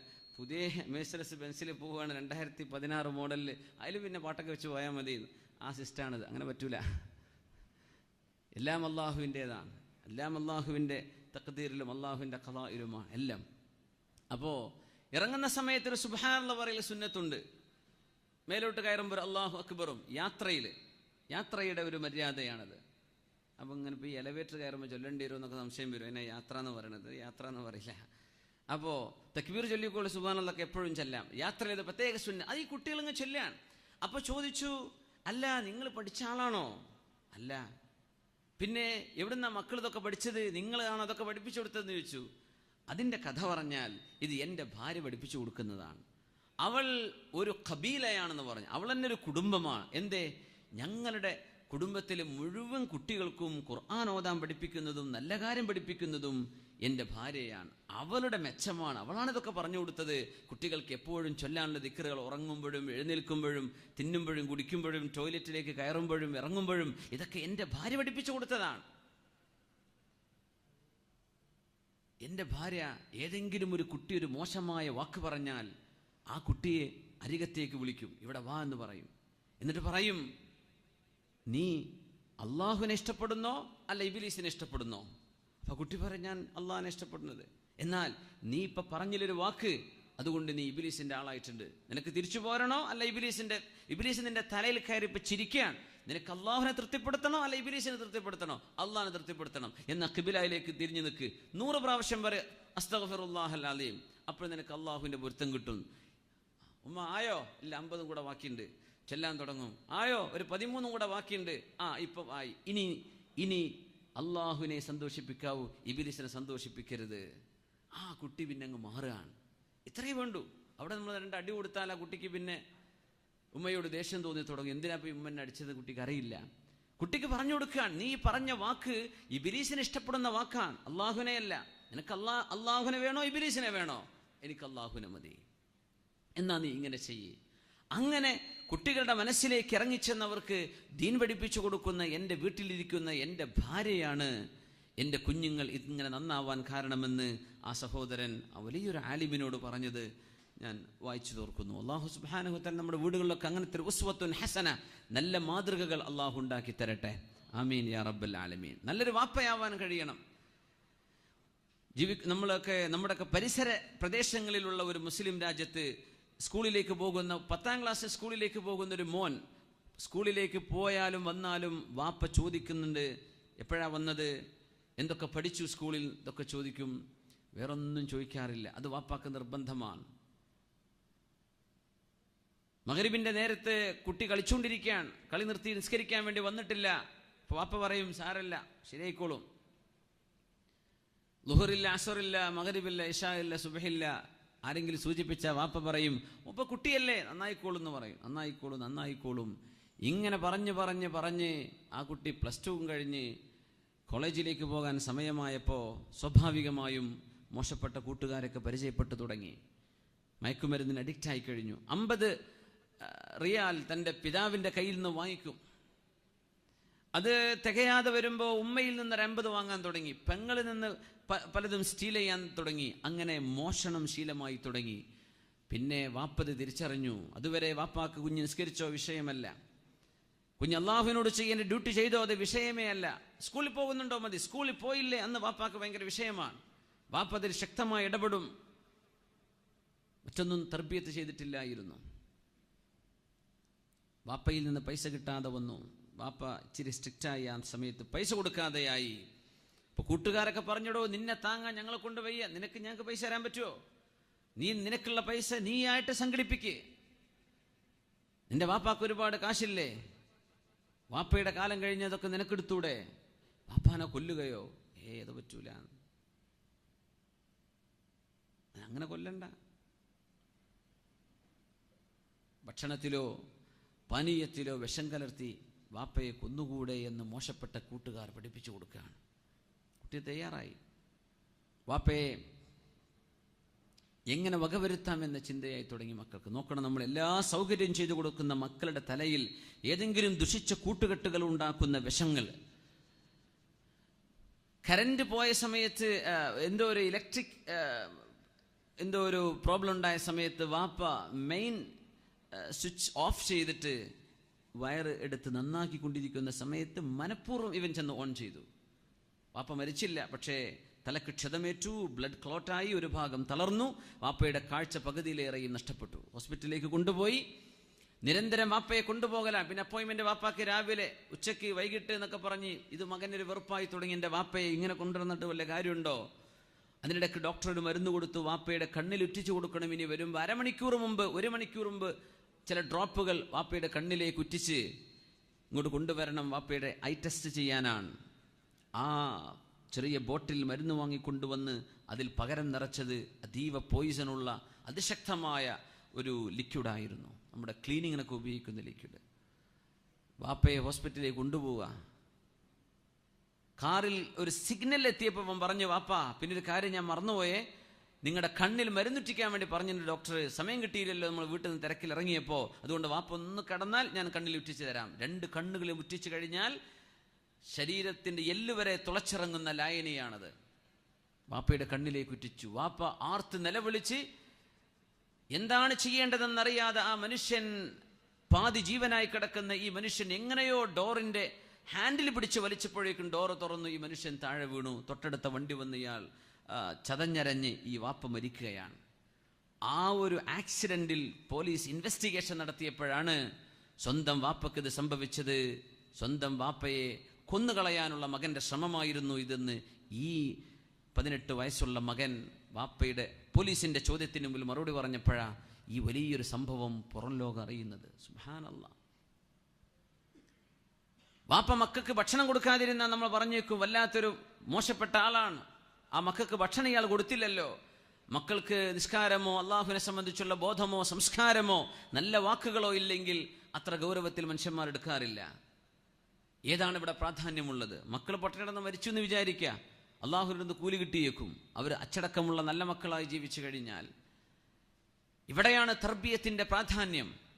റസൂലുള്ളാഹി സ്വല്ലല്ലാഹു അലൈഹി വസല്ലം തങ്ങൾ കുല്ലുക്കും റാഇൻ വകുല്ലുക്കും മസ്ഊലുൻ അൻ റഇയതിഹി, നിങ്ങൾ ഓരോരുത്തരും ഭരണാധികാരികളാണ്. ഭരണാധികാരം എന്ന് പറയുമ്പോൾ കിട്ടാനുള്ള ആവേശം എത്രയാണ്? നമ്മുടെ നാട്ടിലൊക്കെ മത്സരാർത്ഥികളുടെ ടെൻഷൻ ഇപ്പം എത്രയായിരിക്കും? ഏതെങ്കിലും ഒരാൾ ജയിക്കും, ഒരാൾ തോൽക്കുന്ന ഉറപ്പല്ലേ? ഒരാൾ ജയിക്കും, ബാക്കിയൊക്കെ തോൽക്കും, ഉറപ്പ് തന്നെയാണ്. ഇതിന്റെ പേരിൽ അനുഭവിക്കുന്ന ടെൻഷൻ എത്രയാണ്? കിട്ടുമോ കിട്ടൂലേ? ജയിക്കുമെങ്കിൽ ഭൂരിപക്ഷം എത്ര? കിട്ടാനുള്ള അധികാരം, കിട്ടാനുള്ള ആവേശമാണത്. പിതാവ്, ഒരു കുഞ്ഞ് ജനിക്കുന്നതോടുകൂടെ പിതാവിന് അല്ലാഹു അധികാരം നൽകിയിരിക്കുന്നു. വിവാഹം ചെയ്യുന്നതോടുകൂടെ ഭർത്താവിന് അല്ലാഹു അധികാരം നൽകിയിരിക്കുകയാണ്. ഭാര്യയാവുന്നതോടുകൂടെ ഒരു വീടിന്റെ അധികാരം ഒരു പെണ്ണിന്റെ കയ്യിലേക്ക് അല്ലാഹു നൽകിയിരിക്കുകയാണ്. ലൈഫ് ലോങ്, 5 കൊല്ലം കഴിഞ്ഞാൽ പോകില്ല. അത് ലൈഫ് ലോങ് റെസ്പോൺസിബിലിറ്റിയാണ്. കുല്ലുക്കും റാഇൻ, everyone is responsible, everyone is a ruler. وَكُلُّكُمْ مَسْئُولٌ عَنْ رَعِيَّتِهِ, should be questioned about his subjects. അവരുടെ പ്രജകളെ സംബന്ധിച്ച് ഓരോരുത്തരോടും ചോദ്യം ചെയ്യപ്പെടുകയും ചെയ്യും. അപ്പോൾ ഈ ഒരു വിഷയം വളരെ ഗൗരവത്തിലാണ് നബി സല്ലല്ലാഹു അലൈഹി വസല്ലം തങ്ങൾ നമ്മെ പഠിപ്പിക്കുന്നത്. തങ്ങളുടെ വീട്ടിലാണ് അനസ് റളിയല്ലാഹു അൻഹു വളരുന്നത്. എങ്ങനത്തെ മോൻ? വായ കൊണ്ട് സംസാരിക്കാൻ പ്രായമാകുമ്പോഴേക്കും ഫകാന അവ്വല മാ തകല്ലമ ബിഹി അനസുൻ ലാ ഇലാഹ ഇല്ലല്ലാഹ് മുഹമ്മദുർ റസൂലുള്ളാഹ് സ്വല്ലല്ലാഹു അലൈഹി വസല്ലം. അങ്ങനെ ഒരു കുഞ്ഞിന്റെ നാവിലൂടെ ഏറ്റവും ആദ്യം അള്ളാഹുവിന്റെ നാമവും തിരുനബിയുടെ നാമവും ചൊല്ലിപ്പിച്ച് പഠിപ്പിച്ച ഭാര്യയാണ് ഉമ്മു സുലൈം റളിയല്ലാഹു തആല അൻഹ. അത് മാത്രമല്ല ആ മഹദിയുടെ പ്രത്യേകത, ഏറ്റവും നല്ല ഭാര്യയാവാൻ അവർക്ക് സാധിച്ചു. നല്ല മോനാണ്, നല്ല മക്കളെ നന്നായി പഠിപ്പിച്ചു, വളർത്തിയെടുത്തു. അതോടൊപ്പം സ്വന്തം ഭർത്താവിനോടുള്ള ഉത്തരവാദിത്വം നിർവഹിക്കാൻ ഒട്ടും പിന്നോട്ടായിരുന്നില്ല മഹദി ഉമ്മു സുലൈം റളിയല്ലാഹു അൻഹ. അവർക്കൊരു പൊന്നുമോനുണ്ട്. ഉമ്മു സുലൈം ബീവിക്ക്, അതായത് അനസ് റളിയല്ലാഹുവിന്റെ ഉമ്മാക്ക്, ഈ പുതിയ അപ്ലയായ അബൂ തൽഹ റളിയല്ലാഹു അൻഹുവിൽ നിന്ന് ജനിച്ചൊരു മോനുണ്ട്. അബൂ ഉമൈർ എന്നാണ് പേര്. അബൂ ഉമൈർ എന്ന് പറയുന്നൊരു മോനുണ്ട്, അനസ് റളിയല്ലാഹു അൻഹുവിന്റെ അനുജൻ. പക്ഷെ ഉമ്മയിൽ നിന്ന് ബാപ്പ വേറെയാണ്. ആ കുട്ടിക്ക് ചെറിയൊരു പക്ഷി ഉണ്ടായിരുന്നു, ചെറിയൊരു പെറ്റ്. ആ പക്ഷിയെ എങ്ങനെ കളിപ്പിക്കും. അപ്പൊ അഷ്റഫുൽ ഖൽഖ് സ്വല്ലല്ലാഹു അലൈഹി വസല്ലം തങ്ങൾ അരികത്തുകൂടെ പോകുമ്പോൾ തങ്ങൾ ചോദിക്കും, യാ അബാ ഉമൈർ മാ ഫഅല നുഗൈർ, അബൂ ഉമൈറെ, എന്താ നിങ്ങളുടെ നുഗൈറിന്റെ വിശേഷം എന്താ? പക്ഷിയുടെ വിശേഷം എന്താണ്? കുട്ടികൾക്ക് ചെറിയ പെറ്റുകളൊക്കെ ഉണ്ടെങ്കിൽ ആ കുട്ടികളുടെ ജീവൻ അതായിരിക്കും. അവർക്ക് വാപ്പാക്ക് സുഖമാണോ ചോദിക്കണം കിടന്നല്ല, എൻ്റെ പൂച്ചക്കുട്ടിക്ക് സുഖം ഉണ്ടോ എന്ന് ചോദിക്കലായിരിക്കും. അപ്പോൾ കുട്ടികൾക്ക് അവരുടെ ആ ഒരു ടോയുമായുള്ള ആ രീതിയിലുള്ള അവരുടെ ഇടപെടൽ അങ്ങനെയാണ്. അപ്പോൾ ഞങ്ങൾ ചോദിക്കുകയാണ്, മാ ഫഅല നുഗൈർ, അതും വലിയൊരു സംഭവമാണ്. നബി ഞങ്ങൾക്ക് എന്തെല്ലാം ടെൻഷനുണ്ട്, നബി ഞങ്ങൾക്ക് എന്തെല്ലാം ഉത്തരവാദിത്തമുണ്ട് സ്വല്ലല്ലാഹു അലൈഹി വസല്ലം. അതിനിടയ്ക്ക് കുട്ടികളോട് കുശലം പറയാൻ സമയം കണ്ടെത്തുകയാണ്. നമ്മളൊക്കെ ജോലി തിരക്ക്, പിള്ളേരൊക്കെ മാറ്റി നിർത്ത്, എനിക്ക് ഡ്യൂട്ടിക്ക് പോകാൻ സമയമായി. ജോലിക്ക് പോകുമ്പോൾ നേരത്തെ ഏതായാലും നോക്കാൻ പറ്റില്ല കുട്ടികളെ. ഇനി കഴിഞ്ഞ് വരുമ്പോഴോ, ഞാൻ ഡ്യൂട്ടി കഴിഞ്ഞ് കുഴങ്ങി വരിക, മാറി നിൽക്കുക, എപ്പോഴപ്പം നേരം. അപ്പോൾ അതിനെക്കാണൊക്കെ നല്ല നാട്ടിൽ കൊണ്ടാക്കലാണെന്ന് ചിലർ അങ്ങനെ ചിന്തിക്കുന്നവരുണ്ടാവും. ഇവിടെ നിന്നിട്ടും കാണാനും ഒന്ന് കൂടിയിരിക്കാനും സമയമില്ലെങ്കിൽ പിന്നെ എന്താണ് കാര്യം എന്നൊക്കെ. നമ്മുടെ ഈ ജോലി തിരക്കിനിടയിൽ പ്രത്യേകിച്ച് കച്ചവടക്കാർ, അവരിപ്പോൾ ഈ നേരത്തെ കച്ചവട തിരക്കിലാക്കാറ്. അപ്പോൾ ഓരോ പറ്റി ഇപ്പോൾ പറഞ്ഞിട്ട് കാര്യമില്ല, ഓരോ കിട്ടണത് പറയാൻ. സമ്പാദിക്കുക എന്ന ഒരൊറ്റ ലക്ഷ്യത്തിൽ ഭാര്യയും മക്കളും കുടുംബമൊന്നും ഇല്ലാത്തവരാണ്, പച്ച സാധുക്കളാണ് ഈ കച്ചവടക്കാർ. മുഴുവൻ സമയവും ബിസിനസ്സിൽ ഇറങ്ങുന്ന ആൾക്കാർ. ഒരു ബ്രേക്ക് എടുക്കാതെ രാവിലെ തുടങ്ങി വൈകുന്നേരം വരെ, പിന്നെ രാവിലെ അതിരാവിലെ വരും. ഒരു ദർസിനോ, ഒരു സ്വലാത്തിന്റെ മജ്ലിസിനോ, ദിക്റിന്റെ മജ്ലിസിനോ, ഒരു ഇൽമിന്റെ മജ്ലിസിനോ ഒന്നും പോകാൻ അവർക്ക് നേരമില്ല. കച്ചവടം. കുട്ടികളെ നോക്കുന്നുണ്ടോ? ഇല്ല. ഭാര്യ മക്കൾ നല്ല വീടുണ്ടാക്കിയിട്ടുണ്ട്, ഇഷ്ടംപോലെ സമ്പാദ്യം ഉണ്ടാക്കിക്കൊണ്ടേയിരിക്കുകയാണ്. വല്ല മെച്ചമുണ്ടോ, വല്ല കാര്യം ഉണ്ടാവുമോ? ഒന്നും ഉണ്ടാവില്ല. മാ ഫഅല നുഗൈർ, കൊച്ചുകുട്ടിയോട് നബി തങ്ങൾ ഇടപെടുകയാണ് സ്വല്ലല്ലാഹു അലൈഹി വസല്ലം. ചെറിയ മക്കളോട് ലൈസ മിന്നാ മൻ ലം യർഹം സഗീറനാ വലം യഅരിഫ് ഹഖ്ഖ കബീരിനാ എന്നും വലം യുവഖിർ കബീറനാ എന്നൊക്കെ ഹദീസിൽ വന്നിട്ടുണ്ട്. വലിയവരുടെ അഡൽട്സിന്റെ മഹത്വം മനസ്സിലാക്കാത്തവരും മുതിർന്ന ആളുകളെ ബഹുമാനിക്കാത്തവരും ചെറിയ കുഞ്ഞുങ്ങളോട് സ്നേഹം കാണിക്കാത്തവരും നമ്മിൽപ്പെട്ടവരല്ല എന്ന് സ്വല്ലല്ലാഹു അലൈഹി വസല്ലം. അതോ നബി തങ്ങൾ പറയുന്നത് ഏറ്റവും ടെൻഷൻ പിടിച്ചൊരു കാലത്ത് യുദ്ധങ്ങളോട് യുദ്ധം, ആകെ ഒരു 10 കൊല്ലമാണ് മദീനയിലെ സമാധാന ജീവിതം എന്ന് നമ്മൾ മനസ്സിലാക്കും. ആ 10 കൊല്ലത്തിനിടയിലാണ് 40ഓളം യുദ്ധങ്ങൾ നടന്നത്. 40ഓളം യുദ്ധങ്ങൾ ഈ 10 കൊല്ലത്തിനിടയിൽ. ആദ്യത്തെ 13 കൊല്ലം മക്കയിലാണെങ്കിലോ നിരന്തരമായ അക്രമങ്ങൾക്ക് വിധേയരാവുക, തിരിച്ചടിക്കാൻ പോലും പാടില്ല. അള്ളാഹുവിന്റെ തീരുമാനം അതായിരുന്നു, കുഫു ഐദീകും വഅഖീമുസ് സ്വലാ, ആത്മസംയമനം പാലിക്കുക, നിസ്കാരം നിലനിർത്തുക. ഇതാണ് മക്കയിൽ, തിരിച്ചടിക്കാൻ പാടില്ല. മദീനയിലെത്തിയപ്പോഴാണ് തിരിച്ചടിക്കാനുള്ള അവസരം കൊടുക്കുന്നത്. നിങ്ങൾക്ക് തിരിച്ചടിക്കാം, പക്ഷേ ആ സമയത്ത് പോലും 10 കൊല്ലത്തിനിടക്ക് ചെറുതും വലുതുമായ യുദ്ധങ്ങളും സന്ധികളുമായി 40ഓളം റസൂലുള്ളാഹി സ്വല്ലല്ലാഹു അലൈഹി വസല്ലം സഹിക്കുകയാണ്. സുബ്ഹാനല്ലാഹ്. അതിനിടയിലാണ് മദീനയുടെ കൊച്ചു തെരുവുകളിൽ കളിക്കുന്ന കുഞ്ഞുങ്ങളോട് മുത്തുനബി സ്വല്ലല്ലാഹു അലൈഹി വസല്ലം ചോദിക്കുന്നത്, യാ അബാ ഉമൈർ മാ ഫഅലൻ നുഗൈർ, അബൂ ഉമൈറേ എന്തുണ്ട് നിന്റെ പക്ഷിയുടെ വിശേഷം എന്ന് ചോദിക്കുകയാണ്. യനസ് റളിയല്ലാഹു അൻഹുവിന്റെ ഉമ്മയുടെ വേറൊരു ചരിത്രമുണ്ട്. റളിയല്ലാഹു തആല അൻഹ, റസൂലുള്ളാഹി സ്വല്ലല്ലാഹു അലൈഹി വസല്ലം അവരുടെ നബിതങ്ങളുടെ സുഹൃത്താണ്, നബിതങ്ങളുടെ സ്വഹാബിയാണ് അബൂ ത്വൽഹ റളിയല്ലാഹു അൻഹു. അതുകൊണ്ട് നബിതങ്ങൾ അവിടെ എപ്പോഴെങ്കിലുമൊക്കെ വിശ്രമിക്കാൻ ചെല്ലാറുണ്ട് സ്വല്ലല്ലാഹു അലൈഹി വസല്ലം. അപ്പൊ തങ്ങളുടെ ശരീരത്തിൽ നല്ല സുഗന്ധമാണ്, തങ്ങളുടെ വിയർപ്പ് നല്ല സുഗന്ധമാണ്, നല്ല സുഗന്ധമായിരുന്നു സ്വല്ലല്ലാഹു അലൈഹി വസല്ലം. അങ്ങനെ നബിതങ്ങൾ കിടക്കുമ്പോൾ ആ വിയർപ്പ് കിട്ടാൻ വേണ്ടി തങ്ങൾ കാന കസീറൽ അറഖ്, നബിതങ്ങൾക്ക് ധാരാളം വിയർപ്പുണ്ടാകുമായിരുന്നു സ്വല്ലല്ലാഹു അലൈഹി വസല്ലം. പക്ഷെ അത് സുഗന്ധമാണ്. തങ്ങൾക്ക് വിയർത്ത് കഴിഞ്ഞാൽ തങ്ങൾ വരുന്നത് ഒരു മൈലപ്പുറത്ത് അറിയാൻ പറ്റും, തങ്ങൾ വരുന്നുണ്ട്, സുഗന്ധം വരുന്നുവല്ലോ. അത് നബിതങ്ങളുടെ പ്രത്യേകതയായിരുന്നു സ്വല്ലല്ലാഹു അലൈഹി വസല്ലം. ആ കിടക്കുന്ന കട്ടിലിൽ ഒരു തോൽ വെച്ചിരുന്നു, കിടക്കാനുള്ള ഒരു തോൽ. ഉമ്മു സുലൈം ബിബി റളിയല്ലാഹു അൻഹ, എന്തിനാ ഇത്? മുത്തുനബി സ്വല്ലല്ലാഹു അലൈഹി വസല്ലം വന്ന് കിടക്കുമ്പോൾ നബിതങ്ങളുടെ വിയർപ്പാകുമ്പോൾ ആ വിയർപ്പിന്റെ അംശം വറ്റിപ്പോവാതിരിക്കാൻ അത് വടിച്ചെടുത്ത് നബിതങ്ങൾ ഉറങ്ങുന്ന സമയത്ത് റസൂലുള്ളാഹി തങ്ങളുടെ ശരീരത്തിൽ നിന്ന് വരുന്ന വിയർപ്പ് വടിച്ചെടുത്തൊരു കുപ്പിയിലേക്ക് ആക്കുന്നത് നബിതങ്ങൾ പിന്നീട് അറിഞ്ഞു. Ummu Sulaim എന്തിനാണിത്? നതദാവാ ബിഹി യാ റസൂലല്ലാഹ്, നിങ്ങൾ കുഞ്ഞുങ്ങൾക്ക് വല്ല അസുഖം വന്നാൽ ചികിത്സിക്കാനാണ് നബി എന്ന് ഉമ്മു സുലൈം റളിയല്ലാഹു അൻഹ സ്വല്ലല്ലാഹു അലൈഹി വസല്ലം തങ്ങൾക്ക് സ്വന്തം മോനെ ജീവിതകാലം മുഴുവൻ എടുത്തോളൂ നബിയെ, പക്ഷെ 10 കൊല്ലമേ കിട്ടിയുള്ളൂ, മദീനയിലെ 10 വർഷം. അപ്പോഴേക്ക് അഷ്റഫുൽ ഖൽഖ് തങ്ങൾ വഫാത്തായി സ്വല്ലല്ലാഹു അലൈഹി വസല്ലം. അതുകൊണ്ടാണ് ഞാൻ 10 വർഷം നബിക്ക് ഖിദ്മത്ത് എടുത്തെന്ന് പറയാൻ, അത് മദീനയിലെ മുഴുവൻ കാലമാണ്, അത്രയും സമയം കിട്ടിയുള്ളൂ. ഉമ്മു സുലൈം ബിബി റളിയല്ലാഹു അൻഹ. അപ്പൊ ഈ അബൂ ഉമൈർ അവരെ കാണുമ്പോഴൊക്കെ, കുഞ്ഞുമോനെ കാണുമ്പോൾ നബി തങ്ങൾ ചോദിക്കും, മാ ഫഅലൻ നുഗൈർ, എന്താ പക്ഷിയുടെ വിശേഷം? ഒരിക്കൽ കുഞ്ഞിങ്ങനെ വളരെ സാഡായിട്ട് സങ്കടപ്പെട്ടിരിക്കുന്നുണ്ട്. തങ്ങൾ ചോദിച്ചു, അനസേ നിന്റെ കൊച്ചനുജന് എന്ത് പറ്റി? ഒന്നുമില്ല നബിയെ, എൻ്റെ കൊച്ചനുജൻ്റെ ആ പക്ഷി ചത്തുപോയി, അതിൽ സങ്കടത്തിലാന്ന് പറഞ്ഞു. അങ്ങനെ നബി തങ്ങൾ ആ കുഞ്ഞിനെ ആശ്വസിപ്പിച്ചത് ഹദീസിലുണ്ട്, സാരല്ല എന്ന് പറഞ്ഞിട്ട് സ്വല്ലല്ലാഹു അലൈഹി വസല്ലം. ആ കുഞ്ഞ് മരിക്കുന്ന സന്ദർഭം പരിശുദ്ധ ഹദീസുകളിൽ കാണാൻ കഴിയും. നിങ്ങൾ കേട്ടിരിക്കും ചിലപ്പോൾ.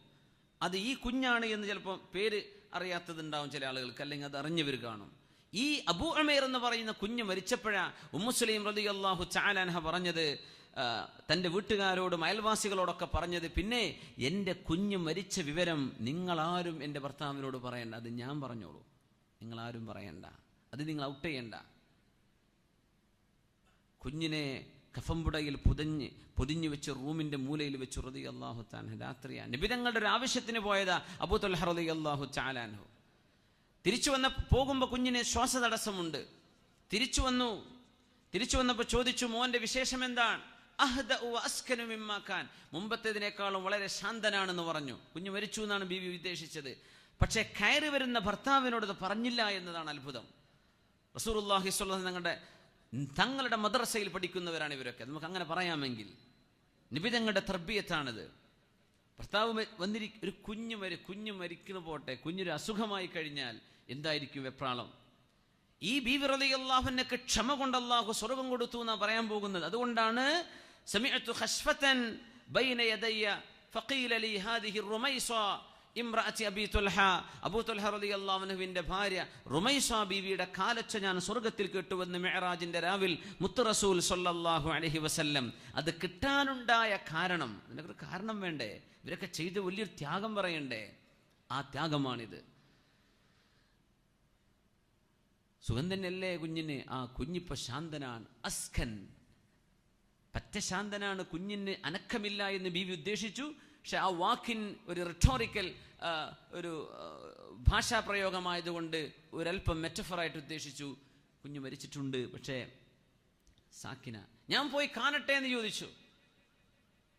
വേണ്ട, എന്തിനാണ് ശാന്തനായി കിടക്കുന്ന കുഞ്ഞിനെ നിങ്ങൾ എന്തിനാ ഇളക്കണത് എന്ന് ചോദിച്ചു. എന്നാ പിന്നെ ശാല ഭക്ഷണം കഴിക്കല്ലേ എന്ന് പറഞ്ഞു. അപ്പോഴേക്കും ഭക്ഷണം വെച്ചു കൊടുത്തു. അയൽവാസികളൊക്കെ, പടച്ചോനെ ഭർത്താവ് വന്നല്ലോ, എന്തായിരിക്കും സംഭവിക്കുക എന്നൊക്കെ അയൽവാസികളൊക്കെ. അപ്പോൾ ബീവി പറഞ്ഞിട്ടുണ്ട്, ഒരൊറ്റ കുട്ടി മിണ്ടിപ്പോവരുത്, എൻ്റെ കുഞ്ഞിൻ്റെ വിവരം ഞാൻ പറഞ്ഞോളാം. അങ്ങനെ അന്ന് രാത്രി തൻ്റെ ഭർത്താവിൻ്റെ ഒരു വിഷമവും അറിയിക്കാതെ അങ്ങനത്തെ ബീവി ഉമ്മു സലീം. അതുകൊണ്ടാണ് നമ്മൾ പറഞ്ഞ ബുദ്ധിയുള്ള മഹദിയ. അതുകൊണ്ടാണ് അറബികളായ ഒരുപാട് ആളുകൾ ബീവി നിങ്ങളെ ഞങ്ങൾ കല്യാണം കഴിച്ചോട്ടെ എന്നൊക്കെ വിവാഹാലോചന ചോദിച്ചു വരാൻ കാരണം, മാലിക് ബിൻ നദർ മരിച്ച സമയത്ത് അയാൾ ഓടിപ്പോയപ്പോൾ, അയാൾ അമുസ്ലിമായി ജീവിച്ചപ്പോൾ ബീവിയെ കല്യാണം കഴിക്കാൻ ഒരുപാട് ആളുകൾ വിവാഹാലോചനയുമായി വന്നിട്ട് നല്ല ബുദ്ധിയുള്ള മഹദിയാണ്. ആ രാത്രി സ്വന്തം ഭർത്താവിൻ്റെ കൂടെ ശയിച്ചു. അവര് ഒരുമിച്ച് കടന്നു. എന്നിട്ട് ചോദിച്ചു, അള്ളാഹുവിനെ ചോദിച്ചു, പിന്നെ നമ്മുടെ അയൽവാസികളുടെ കഥ എന്താണ്? എന്തുപറ്റി? അതെ, ഒരാൾ അവർക്കൊരു സാധനം വായ്പ കൊടുത്തിട്ടേ അത് കുറേ കാലം അവരുടെ കയ്യിൽ വെച്ചു. എന്നിട്ട് തിരിച്ചു ചോദിച്ചപ്പോൾ പറയാ, ഇത് ഞങ്ങളുടെ കയ്യിൽ കുറേ കാലമായല്ലോ കഴിയുന്നത്, അവന് തിരിച്ചു തരില്ല. പഴയ വാടകക്കാരുണ്ടാവും നാട്ടിലിങ്ങനെ ഒഴിഞ്ഞരാത്തോല് അല്ലേ? പച്ച ഹറാമാണത്. അതിൻ്റെ ഉടമസ്ഥനും അതിൻ്റെ മാലിക്കും അതിൻ്റെ ലാൻഡ് ലോഡ് ഉണ്ടാവില്ലേ, അവരുടെ ഹക്കല്ലേ അത്. എത്ര കാലം വാടക താമസിച്ചാൽ എന്താ, 50-100 കൊല്ലം താമസിച്ച് വിചാരിക്കുക. അയാൾ ഒഴിയാൻ പറഞ്ഞ് ഒഴിഞ്ഞേക്കണം, അത് അയാളുടേതാണ്, അയാളുടെ ഹക്കാണ്. അപ്പൊ ബീവി ചോദിക്കാൻ നിങ്ങൾക്ക് അത്ഭുതം തോന്നണില്ലേ? ബിഅ്സൽ ഖൗം, ഓ വല്ലാത്ത മോശക്കാര് തന്നെ എന്ന് പറഞ്ഞു. എന്നിട്ട് ചോദിച്ചു, എന്നാൽ നിങ്ങളുടെ പൊന്നുമോൻ അള്ളാഹു നമുക്ക് തന്നിരുന്ന ഒരു വായ്പയായിരുന്നു, അത് അള്ളാഹു കൊണ്ടുപോയിരിക്കുന്നു കേട്ടോ എന്ന് പറഞ്ഞു. അപ്പൊ അബൂ തൽഹ റളിയല്ലാഹു അൻഹു പിടച്ചുപോയി.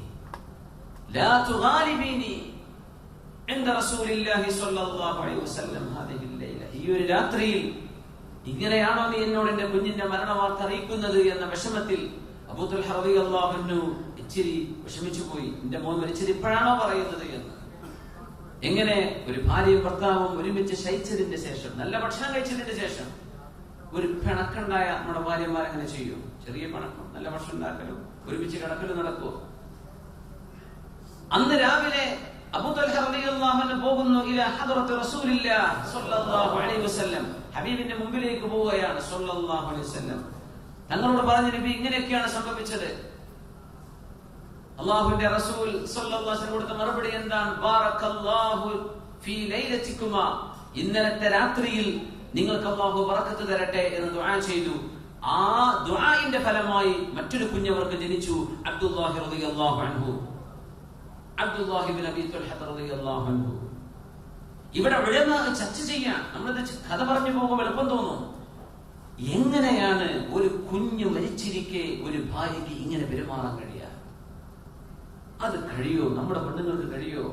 ഇങ്ങനെ ഒരു സങ്കടം അടക്കി പിടിച്ച് മക്കളോട് സ്നേഹമില്ലാത്തതിന്റെ പേരിലാണോ? അല്ല, നല്ല സ്നേഹമുള്ള ഉമ്മയാണ് ഉമ്മു സലീം റളിയല്ലാഹു അൻഹ. മക്കളെ താരാട്ടുപാട്ടി വളർത്തിയ ഉമ്മയാണ്. പക്ഷേ എന്റെ സ്വന്തം ഭർത്താവ് ഈ ഒരു സങ്കടം അറിയരുത്. അങ്ങനെ ഒരു ക്ഷമ, വല്ലാത്തൊരു ക്ഷമിച്ചതിന്റെ പേരിൽ ഈ അബ്ദുള്ള എന്ന കുഞ്ഞിന് ജനിച്ച പേരക്കുട്ടികളിൽ 10ഓളം ആളുകൾ, മദീനയിലത്തെ പള്ളിയിൽ 10ഓളം മക്കളെ ഞാൻ അവരുടെ പേരക്കുട്ടികളെ കണ്ടിട്ടുണ്ടെന്ന് ഹദീസിന്റെ റാവി റിപ്പോർട്ട് ചെയ്തു. കുല്ലുഹും ഖദ് ഖറഅൽ ഖുർആൻ, അവരൊക്കെ വിശുദ്ധ ഖുർആനിന്റെ ഹാഫിളീങ്ങളും ആലിമീങ്ങളുമായിരുന്നു. സ്വന്തം ഉമ്മ, അവരുടെ വല്യുമ്മ, വല്യാപ്പയോട് കാണിച്ച ഒരു അദബും അച്ചടക്കവുമായിരുന്നു. അതിന്റെ പേരിൽ അല്ലാഹു തആല വരും തലമുറയിൽ പോലും അവർക്ക് ബറക്കത്ത് കൊടുത്തു. അങ്ങനത്തെ ബീവിയുടെ കാലച്ചയാണ് സ്വർഗ്ഗത്തിൽ ഞാൻ കണ്ടു. ഫഇദാ ഹിയ റുമൈസ ഇംറഅതു അബീ തൽഹ, അത് അബൂ തൽഹ റളിയല്ലാഹു അൻഹുവിന്റെ ഭാര്യ റുമൈസ ബീവിയായിരുന്നു എന്ന് പരിശുദ്ധ റസൂലുള്ളാഹി സ്വല്ലല്ലാഹു അലൈഹി വസല്ലം തങ്ങൾ പറയാൻ കാരണം ആ ഒരു തർബിയത്ത്, ഉമ്മയിൽ നിന്ന് കിട്ടുന്ന ആ ഒരു അച്ചടക്കം. അബൂ തൽഹ റളിയല്ലാഹു തആല അൻഹു യുദ്ധത്തിന് പോവുകയാണ്. ഭർത്താവിനെ പറഞ്ഞയച്ചു അല്ലാഹുവിന്റെ വഴി. ഭർത്താവിനോട് അത്രക്ക് സ്നേഹമാണ്, അല്ലാഹുവിന്റെ വിഷയമാണ്. പോയിക്കോളൂ. യുദ്ധത്തിനിറങ്ങി റസൂലുള്ളാഹി തങ്ങളുടെ സ്വല്ലല്ലാഹു അലൈഹി വസല്ലം തങ്ങളുടെ മുമ്പിൽ നിന്ന് സ്വഹാബികളൊക്കെ ചിതറി മാറിയ ഒരു സമയത്ത് ആ യുദ്ധത്തിൽ ഉഹദിൽ ഓടി വന്നിട്ട് നബി തങ്ങളുടെ മുമ്പിൽ നിന്ന് പറഞ്ഞു, നബിയേ നഹ്രി ദൂന നഹ്രിക യാ റസൂലല്ലാഹ്, അങ്ങയുടെ കഴുത്തിലേക്ക് വരുന്ന അമ്പ് എന്റെ കഴുത്തിൽ തറച്ചിട്ടേ പോകൂ നബിയേ. വസ്വദിരി ദൂന സുദിരിക യാ റസൂലല്ലാഹ്, എന്റെ നെഞ്ചിൽ അമ്പ് തറച്ചിട്ട് നബിയെ നിങ്ങളിലേക്ക് എത്തുകയുള്ളൂ. തങ്ങൾ പേടിക്കേണ്ട, ഞാൻ നിൽക്കുകയാണ്. എന്ന് പറഞ്ഞ് മഹാനായ റസൂലുള്ളാഹി തങ്ങളുടെ ഈ സ്വഹാബി അബൂ തൽഹ റളിയല്ലാഹു അൻഹു നബി തങ്ങളോട് ആ നിന്ന നൃത്തത്തിൽ 17ഓളം കുന്തത്തിന്റെ കുത്തുകൾ ആ പരിശുദ്ധ ശരീരത്തിലുണ്ടായി വീണ് കിടന്നിട്ടുണ്ട് അബൂ തൽഹ റളിയല്ലാഹു അൻഹു. എല്ലാരും വന്നിട്ട് പൊതിഞ്ഞു, വിചാരിച്ചു മരിച്ചുപോയി, ഷഹീദായിട്ടുണ്ട്, ജീവൻ ബാക്കിയുണ്ട്. പക്ഷേ ആകമാനം മുറിവുകളാണ്. അതിൽ ധൈര്യമായി ഇടപെട്ട മഹദിയാണ് മഹദി ഉമ്മു സുലൈം റുമൈസ റളിയല്ലാഹു തആല അൻഹ. എഴുതിയിട്ട് സ്വലാത്ത് ചൊല്ലും. സ്വല്ലു അല നബി മുഹമ്മദിൻ വആലി അല്ലാഹുമ്മ സ്വല്ലി അലാ സയ്യിദിനാ മുഹമ്മദിൻ വഅലാ ആലി സയ്യിദിനാ മുഹമ്മദിൻ വബാരിക് വസല്ലിം അലൈഹി. ജസാകുല്ലാഹു ഖൈർ.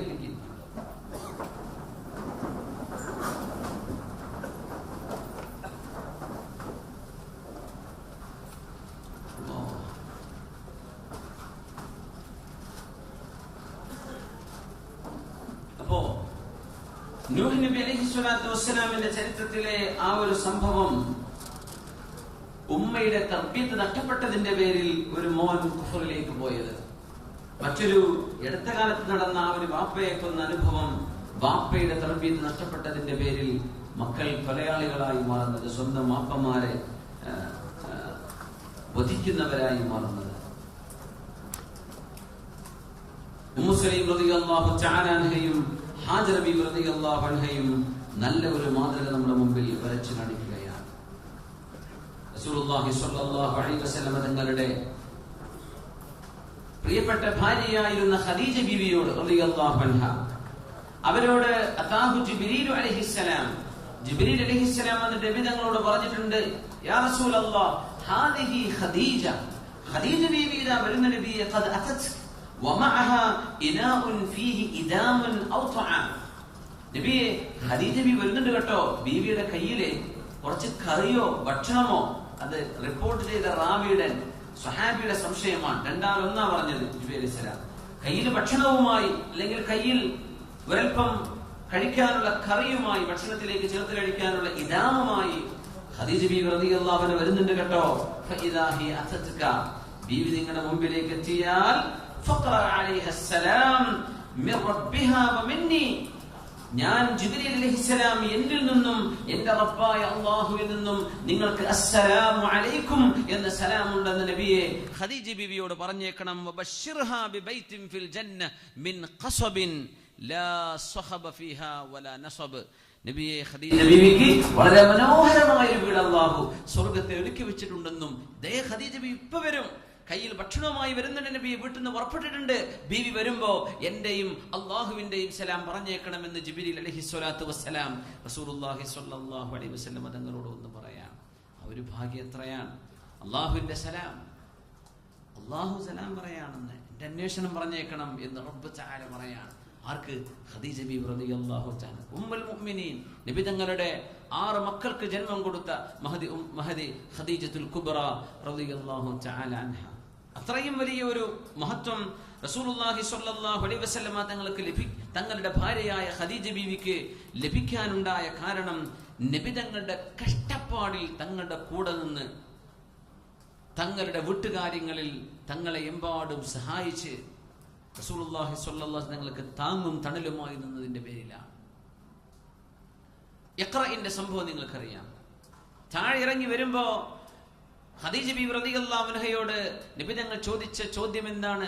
തങ്ങൾ പറഞ്ഞത് എന്താണ്? ദസ്സിറൂനി അല്ലെങ്കിൽ സമ്മിലൂനി, എനിക്കൊരു പുതപ്പ് തരൂ ഖദീജ ബീവി, വല്ലാണ്ട് തണുക്കുന്നുണ്ട്, എനിക്ക് പനി ബാധിച്ചിട്ടുണ്ട്, പനിയുണ്ട്, അതുകൊണ്ട് പുതക്കാൻ എന്തെങ്കിലും തരണം. സമ്മിലൂനി സമ്മിലൂനി. ഖദീജ ബീവി റളിയല്ലാഹു അൻഹ നബി തങ്ങൾക്ക് പുതക്കാൻ ഒരു പുതപ്പ് കൊടുത്തു.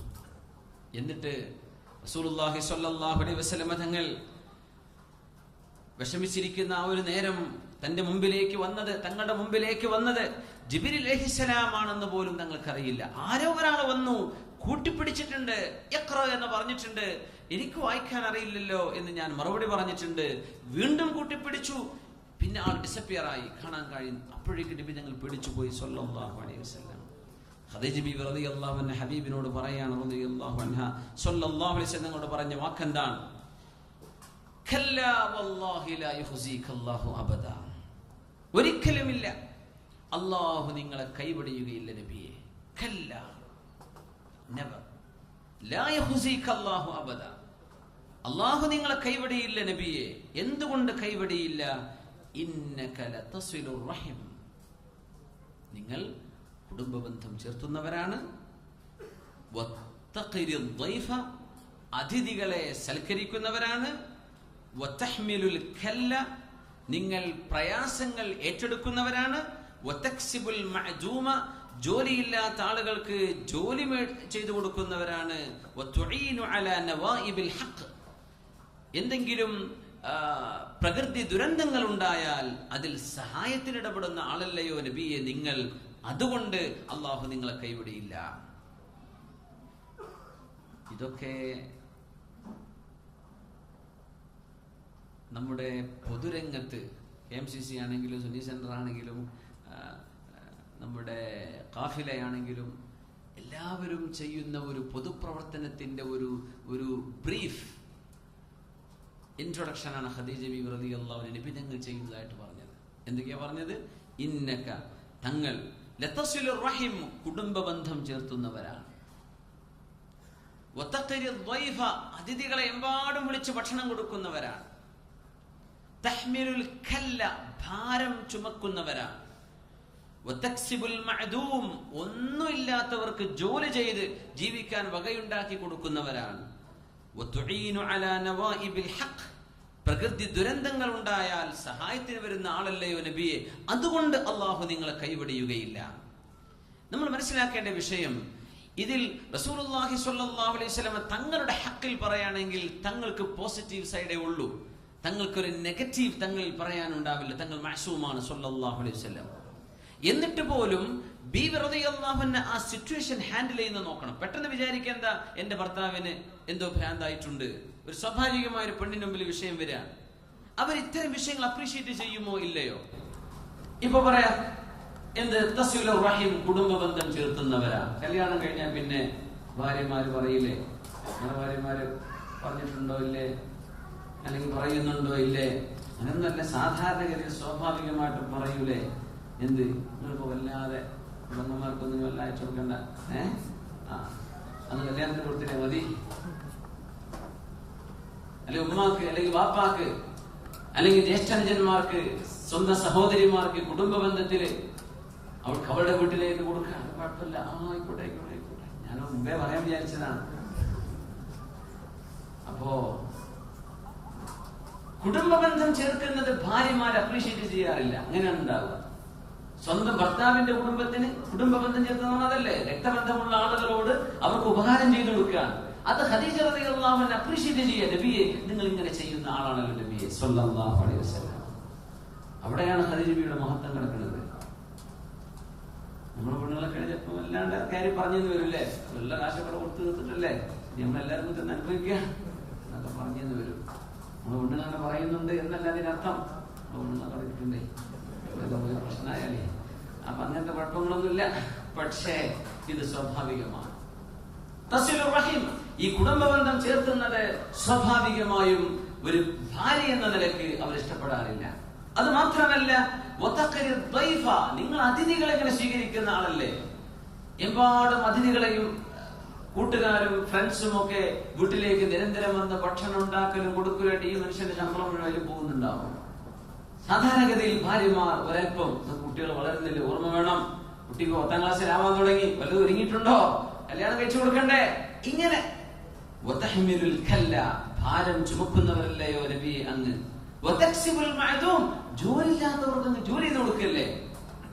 സുബ്ഹാനല്ലാഹ്, അതൊക്കെ ഒരു വല്ലാത്ത ഗുണമല്ലേ.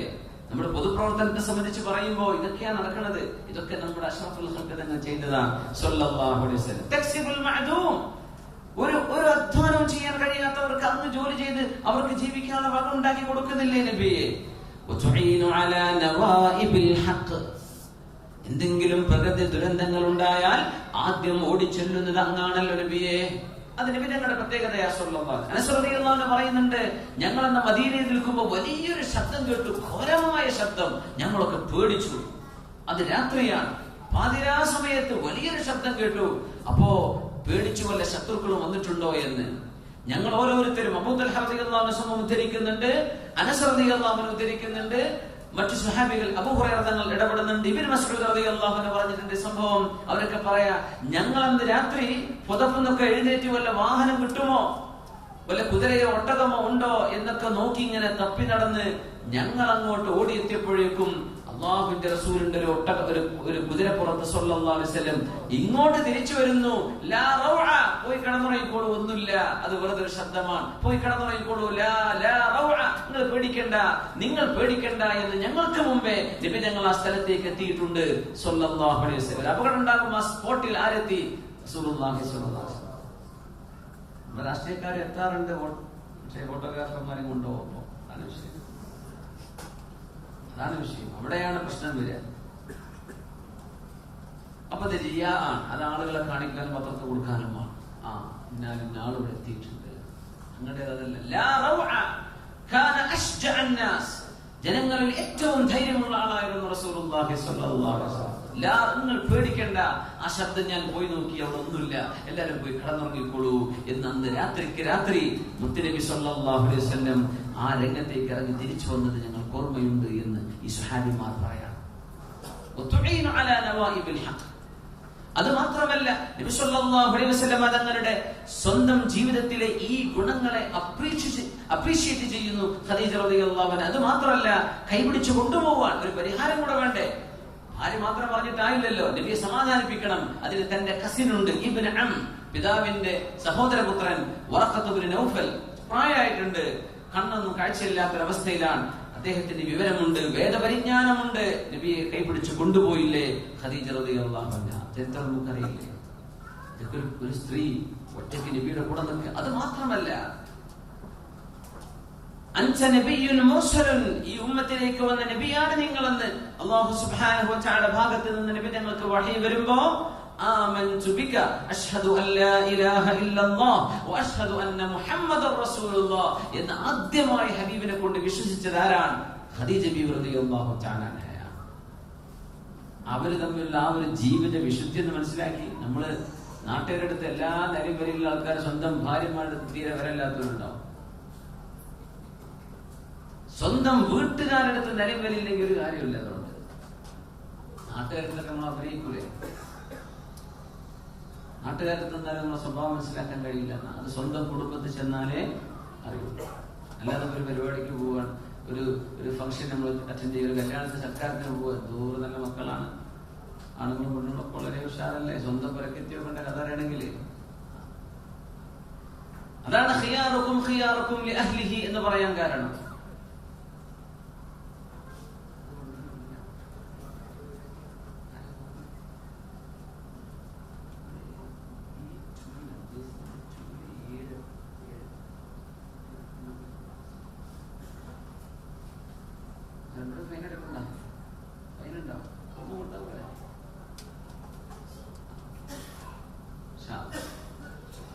അപ്പോ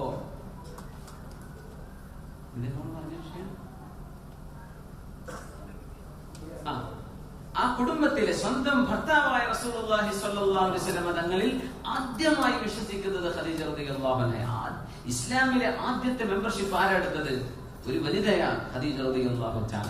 അത് നബി തങ്ങളുടെ ഭാര്യയാണ് സ്വല്ലല്ലാഹു അലൈഹി വസല്ലം. അത്രയും വലിയൊരു ഇംപ്രഷൻ നബി തങ്ങൾ സ്വന്തം കുടുംബത്തിന്റെ ഉള്ളിൽ ഉണ്ടാക്കിയെടുത്തു എന്നതാണ് നബി തങ്ങളുടെ മഹത്വം സ്വല്ലല്ലാഹു അലൈഹി വസല്ലം.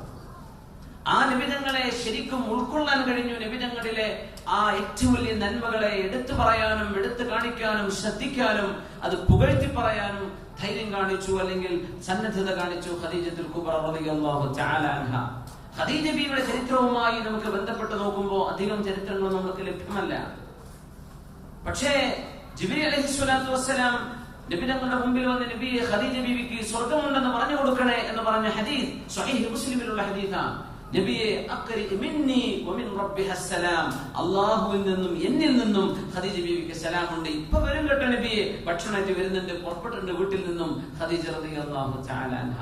നബിക്ക് വേണ്ടി ഒരുപാട് സഹിച്ച മഹതിയാണ് ഖദീജ റളിയല്ലാഹു തആല. മദാ അഹദുൻ നൗമി യാ ഖദീജ, നബി ഞങ്ങൾ പറഞ്ഞിട്ടുണ്ട്, ഖദീജ ഉറക്കിന്റെ കാലം കഴിഞ്ഞു. ഖദീജ ബീവി ഇനി ഉറങ്ങാൻ കഴിയില്ല, നമ്മുടെ പെണ്ണുങ്ങൾക്ക് ഉറക്കത്തിന്റെ കാലം കഴിഞ്ഞ് വാട്സപ്പ് ഡൗൺലോഡ് ചെയ്താൽ ടിങ് വരുന്നു കൊടുക്കുകയാണ്. ഉറക്കത്തിന് ഒന്നാപ്പാല വാട്സപ്പ് കൊണ്ട് കൊടുത്ത് നോക്കുകയാണ്. രാത്രിന്റെ ഇടയിൽ എടുത്ത് നോക്കുകയാണ്. നിസ്കാരം കഴിഞ്ഞാൽ അപ്പോഴേക്കും പഠിച്ചവനെ എന്താക്കി വന്നത്, അങ്ങനെ ഉറക്കില്ലാണ്ടായിക്കൊണ്ട്. അതങ്ങനെയല്ല. ഇവിടെ നിന്ന് അങ്ങോട്ട് നമുക്ക് ഉറങ്ങാനുള്ള സമയം കഴിഞ്ഞു കേട്ടോ. ഞാനും നീയും മക്കളുമായി സന്തോഷത്തോടുകൂടി ഒരു കുടുംബ ജീവിതം നയിക്കുകയാണ്.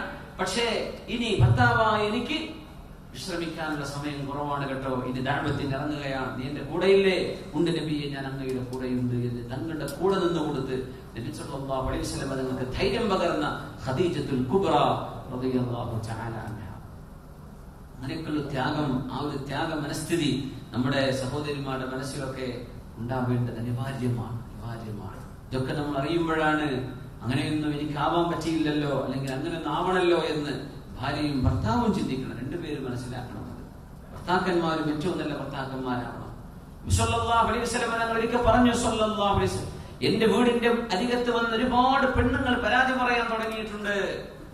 എന്റെ ഭർത്താക്കന്മാർ മോശമായി പെരുമാറുന്നുണ്ട് എന്ന് എനിക്ക് ഒരുപാട് ആളുകളുടെ പരാതി കിട്ടി തുടങ്ങിയിട്ടുണ്ട്.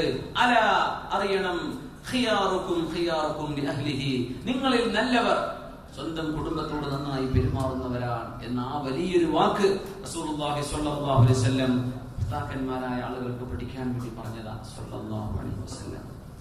ഈ മഹദികളെ ചരിത്രം നമുക്ക് പഠിപ്പിച്ചു തരികയാണ്. അവരിലുണ്ട് മഹദി സുമയ്യ റളിയല്ലാഹു തആല അൻഹ. സുമയ്യ ബീവിയുടെ പേര് സുമയ്യ ബിൻതു ഖയ്യാത്ത് എന്നാണ്. മഹാനായ യാസർ റളിയല്ലാഹു അൻഹുവിന്റെ ഭാര്യയായിരുന്ന സുമയ്യ ബീവി ഇസ്ലാമിലെ ആദ്യത്തെ രക്തസാക്ഷിയാണ് സുമയ്യ റളിയല്ലാഹു അൻഹ. ആദ്യം രക്തസാക്ഷിയായി, പെണ്ണുങ്ങളിൽ നിന്ന് രക്തസാക്ഷിയായത് സുമയ്യ ബീവിയാണ് റളിയല്ലാഹു അൻഹ. സ്വന്തം മോനുണ്ട് അമ്മാർ ഇബ്നു യാസർ റളിയല്ലാഹു അൻഹു, ഭർത്താവ് യാസർ റളിയല്ലാഹു അൻഹു, രണ്ടുപേരെയും ശത്രുക്കൾ പിടിച്ചുകെട്ടി. സുമയ്യ ബീവി അവരുടെ മുമ്പിൽ പിടിച്ചുകെട്ടി. സുമയ്യ ബീവി അബൂജഹലിന്റെ വൃത്തിയായി ജോലി ചെയ്യുന്നവരായിരുന്നു. മഹദിയെ വളരെ മൃഗീയമായി കൊന്നുകളയുകയാണ് ഉണ്ടായത്. ആ ഉമ്മ ഇങ്ങനെ വാവിട്ട് കരയുന്നത് മോൻ അമ്മാർ റളിയല്ലാഹു അൻഹു കണ്ണുകൊണ്ട് കണ്ടിട്ടുണ്ട്. വാപ്പ ഷഹീദാണ്. വാപ്പ ഷഹീദായവിടെ ഉമ്മയും ഷഹീദത്തായി. മോൻ അമ്മാർ റളിയല്ലാഹു അൻഹു മറ്റൊരു യുദ്ധത്തിൽ, ജമൽ യുദ്ധത്തിൽ എന്ന് തോന്നുന്നു, തഖ്തുലുകൽ ഫിഅത്തുൽ ബാഗിയ എന്ന് റസൂലുള്ളാഹി സ്വല്ലല്ലാഹു അലൈഹി വസല്ലം പറഞ്ഞു. അമ്മാറെ, നിങ്ങൾക്ക് മരണം സംഭവിക്കുന്നത് സത്യത്തിൽ നിന്ന് വ്യതിചലിച്ച, അല്ലെങ്കിൽ ധർമ്മത്തിന്റെ പക്ഷത്ത് നിന്ന് മാറി നിൽക്കുന്ന ഒരു വിഭാഗത്തിന്റെ കയ്യാലെയാണ്. മുസ്ലിമീങ്ങളിൽ തന്നെ ഉള്ള ഒരു വിഭാഗത്തിന്റെ കയ്യാലെയാണ് മഹാനായ അമ്മാർ റളിയല്ലാഹു അൻഹു സ്വന്തം ഉമ്മയോടും വാപ്പയോടും ഒപ്പം ചേരുന്നത്. അവരെ മരുഭൂമിയിൽ നിലവിളിക്കുമ്പോൾ നബി തങ്ങൾ കൂടെയില്ല സ്വല്ലല്ലാഹു അലൈഹി വസല്ലം. തങ്ങൾ ദൂരെയാണ്. അബൂജഹലും കൂട്ടരും ഇവിടെ വളരെ ദൂരത്തേക്ക് കൊണ്ടുപോയിട്ട്, മലകളുടെ ഇടയിൽ കൊണ്ടുപോയിട്ടാണ് അവരെ മൃഗീയമായിട്ട് വധിച്ചു കളഞ്ഞത്. ആ സമയത്ത് നബി തങ്ങൾക്ക് വഹി വന്നു. തങ്ങൾ പറഞ്ഞു, സുബ്രൻ ആല യാസിർ ഫഇന്ന മൗഇദകുമുൽ ജന്ന. യാസിർ കുടുംബമേ, നിങ്ങൾ ക്ഷമിക്കണേ, നിങ്ങൾ ക്ഷമിക്കണേ.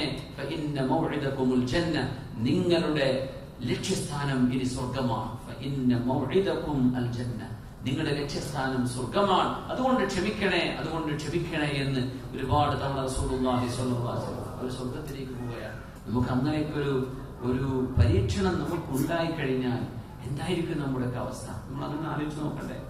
നമുക്ക് അങ്ങനെ ഒരു ഇതൊന്നുമില്ലല്ലോ. നമുക്ക് മേലേതര പോയാൽ പത്രം തിന്നാൻ പറ്റില്ല എന്നേ വരുള്ളൂ. അപ്പോഴേക്ക് എന്താ അങ്ങനെ മുസ്ലിമായിട്ട് നടക്കാൻ പറ്റാത്ത അവസ്ഥ വരുന്നു. അവിടുന്ന് അങ്ങോട്ട് അങ്ങനെ വരാൻ പോകുന്നത്.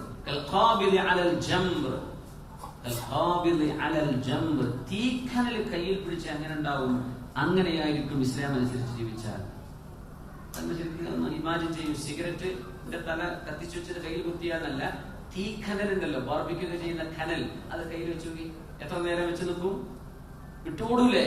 അതുപോലെ ഇസ്ലാം ആളുകൾ കയ്യിൽ നിന്ന് താഴെയിട്ട് ഓടിപ്പോകുന്ന കാലം വരുന്നുണ്ടെന്ന് പരിശുദ്ധ റസൂലുള്ളാഹി.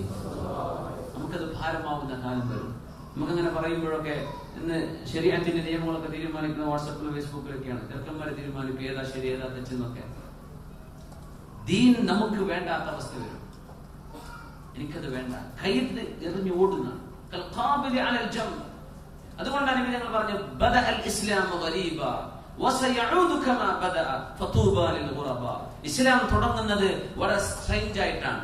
എല്ലാവരും വഴിവിട്ട് ജീവിച്ചപ്പോ, കുറച്ചാളുകൾ നന്നായി ജീവിച്ചപ്പോൾ ആളുകളൊക്കെ വിചിത്രമായി തോന്നി. ഇത് തരക്കേടില്ലല്ലോ. അങ്ങനെയാണ് ഇസ്ലാമിന്റെ ആവിർഭാവം അങ്ങനെയാണ്. എല്ലാവരും സമൂഹം മുഴുവനും തിന്മ, അതിനിടയ്ക്ക് കുറച്ചാളുകൾ നന്നായി ജീവിച്ചു. 13 കൊല്ലം മക്കയിലെ ദഅവത്ത് നടക്കുമ്പോ നബി സല്ലല്ലാഹു അലൈഹി വസല്ലം തങ്ങളുടെ കൂടെ ഹിജ്റ പോരുന്നത് 250 സ്വഹാബികളാണ്. 250. ഇസ്ലാമിലെ മെമ്പർഷിപ്പ് അപ്പോ 250 ആണ്. അതിൽ 80ാമത്തെ മെമ്പർഷിപ്പാണ് ആരുടേത്? മഹാനായ ഉമർ ഫാറൂഖ് റളിയല്ലാഹു അൻഹു. നിങ്ങൾക്കറിയുമായിരിക്കും, സിദ്ദീഖ് റളിയല്ലാഹു അൻഹുവിന്റെ കയ്യാലെ മുസ്ലിമായിട്ടുണ്ട്. അശറത്തുൽ മുബശ്ശരീങ്ങളിലെ 6 പേർ സിദ്ദീഖ് തങ്ങളുടെ കൈകൊണ്ട് മുസ്ലിമായവരാണ്. അശറത്തുൽ മുബശ്ശരീങ്ങൾ എന്ന 10 സ്വഹാബികളിൽ 6 പേര് മുസ്ലിമായത് സിദ്ദീഖ് തങ്ങളുടെ കയ്യിലാണ്. മുസ്ലിമീങ്ങളുടെ എണ്ണം 38 ആയപ്പോഴാണ് സിദ്ദീഖ് റളിയല്ലാഹു അൻഹു പറഞ്ഞു, നബിയെ ഇനി നമുക്ക് ഒളിപ്പിച്ചു വെക്കേണ്ട, പരസ്യമായിട്ട് പറയല്ലേ. ആ പോകുന്ന പോക്കിലാണ് സിദ്ദീഖ് റളിയല്ലാഹു അൻഹുവിന് അടി കിട്ടിയതും പ്രഹരമുണ്ടായതും മുഖത്ത് ഒരു ഇറച്ചി കഷ്ണം പോയതും കണ്ണ് വീർത്തുപോയതും ചോരയിൽ കുടിച്ചതും. സ്വന്തം ഉമ്മ വന്ന് സിദ്ദീഖ് തങ്ങളെ പിടിച്ചുകൊണ്ടുപോയി, സിദ്ദീഖ് എന്തിനാണ് ഇങ്ങനെയൊക്കെ ത്യാഗം സഹിക്കുന്നത്? ഒന്ന് വെള്ളം കുടിക്ക്, നീ മരിച്ചു പോകും. ഞാൻ വെള്ളം കുടിക്കൂല. എന്താ ഇന്ന് റസൂലുള്ളാഹിന്റെ അവസ്ഥ എന്ന് ഒരുപാട് തവണ ചോദിച്ച് നബി തങ്ങൾ ദാറുൽ അർഖമിലുണ്ട് എന്ന വിവരം കിട്ടിയതിന്റെ ശേഷം മാത്രമാ സിദ്ദീഖ് റളിയല്ലാഹു അൻഹു എന്നിട്ടും ഭക്ഷണം കഴിച്ചില്ല. എനിക്ക് എന്റെ റസൂലിനെ കണ്ടുകൊണ്ട് കാണണം. അങ്ങനെ നബിന്റെ അരികത്തേക്ക് കൊണ്ടുപോയി. ഉമർ റളിയല്ലാഹു അൻഹുവിന്റെ ഒരു പെങ്ങളുണ്ട്, ഉമർ തങ്ങളുടെ ഒരു പെങ്ങളുണ്ട്, മുസ്ലിമത്തായ ഒരു മഹദിയുണ്ട്, ഉമ്മു ജമീൽ ബിൻത് ഖത്താബ്. ഉമർ തങ്ങളുടെ ഒരു പെങ്ങളുണ്ട്, അവര് മുസ്ലിമായിരുന്നു. അവരും സിദ്ദീഖ് തങ്ങളുടെ ഉമ്മയും എടുത്തു കൊണ്ടുപോയി അള്ളാഹുവിന്റെ ഹബീബിന്റെ മുമ്പിലേക്ക് കൊണ്ടുപോവാണ്. നബി തങ്ങളെ കണ്ടപ്പോ അവിടുന്ന് തങ്ങൾ വെള്ളം കുടിച്ചു. തങ്ങൾ സ്വസ്ഥമായിരിക്കണോ? അൽഹംദുലില്ലാഹ്, എന്നാ ഞാൻ വെള്ളം കുടിച്ചോളാം. അങ്ങനത്തെ ത്യാഗം ചെയ്തു സിദ്ദീഖ് റളിയല്ലാഹു അൻഹു. വിഷയത്തിലേക്ക് നമ്മൾ തിരിച്ചു വരാം. ഒറ്റ കാര്യം കൂടെ സിദ്ദീഖ് തങ്ങളുടെ വിഷയത്തിൽ പറയാനുണ്ട്. സിദ്ദീഖ് റളിയല്ലാഹു അൻഹു ഉമ്മ അങ്ങനെ വല്ലാണ്ട് വിഷമിച്ചിട്ടുണ്ട്. സിദ്ദീഖ് തങ്ങൾക്ക് അടി കിട്ടിയിട്ട് വിഷമിച്ചപ്പോ ഉമ്മ കൊണ്ടുവന്നപ്പോ നബിതങ്ങളോട് സിദ്ദീഖ് റളിയല്ലാഹു അൻഹു പറഞ്ഞു, നബിയെ ഹാദിഹി ഉമ്മി, ഇതെന്റെ ഉമ്മയാണ് നബിയെ, ഇവർ മുസ്ലിമായിട്ടില്ല. അതുകൊണ്ട് നബിയെ എന്റെ ഉമ്മാക്ക് വേണ്ടി നിങ്ങൾ ഇസ്ലാമിലേക്ക് ക്ഷണിക്കണം എന്റെ ഉമ്മയെ. അങ്ങ് വിളിച്ചാൽ ഉമ്മ വരും. അതുകൊണ്ട് നബിയെ നിങ്ങളൊന്ന് പറയണം എന്ന് പറഞ്ഞു. റസൂലുള്ളാഹി സ്വല്ലല്ലാഹു അലൈഹി വസല്ലം തങ്ങൾ സിദ്ദീഖ് തങ്ങളുടെ ഉമ്മയോട് പറഞ്ഞു, ഉമ്മ റൂമാൻ, അവരോട് പറയാൻ നിങ്ങൾ മുസ്ലിമാവണം. ഞാൻ നിങ്ങളെ ക്ഷണിക്കുകയാണ്. അദ്ഉക ഇലാ അശ്ഹദു അല്ലാ ഇലാഹ ഇല്ലല്ലാഹ് വ അശ്ഹദു അന്ന മുഹമ്മദർ റസൂലുള്ളാഹ്. നബി തങ്ങൾ അങ്ങ് ക്ഷണിച്ചപ്പോഴേക്കും ഉമ്മ മുസ്ലിമായി റളിയല്ലാഹു തആല അൻഹ. ഉടനെ ഷഹാദത്ത് കലിമ ചൊല്ലി. അതിൽ വല്ലാതെ സന്തോഷിച്ചു സിദ്ദീഖ് റളിയല്ലാഹു അൻഹു. പിന്നെ ഒരാൾ കൂടെ ബാക്കിയുണ്ട് സ്വന്തം കുടുംബത്തിൽ, വാപ്പയാണ് അബൂ ഖുഹാഫ. അബൂ ഖുഹാഫ എന്നവരെ മുസ്ലിമായിട്ടില്ല. അങ്ങനെ നബി തങ്ങളുടെ ഹജ്ജത്തുൽ വിദാഉം കഴിഞ്ഞ് നബി തങ്ങൾ ആ ഹജ്ജിന്റെ സമയത്ത് മക്കയിൽ എത്തുമ്പോഴാണ് വാപ്പന്ന മക്കയിലെ സിദ്ദീഖ് തങ്ങൾ ആ മദീനത്തേക്ക് വന്നത്. ഹിജ്റ വന്നതല്ലേ.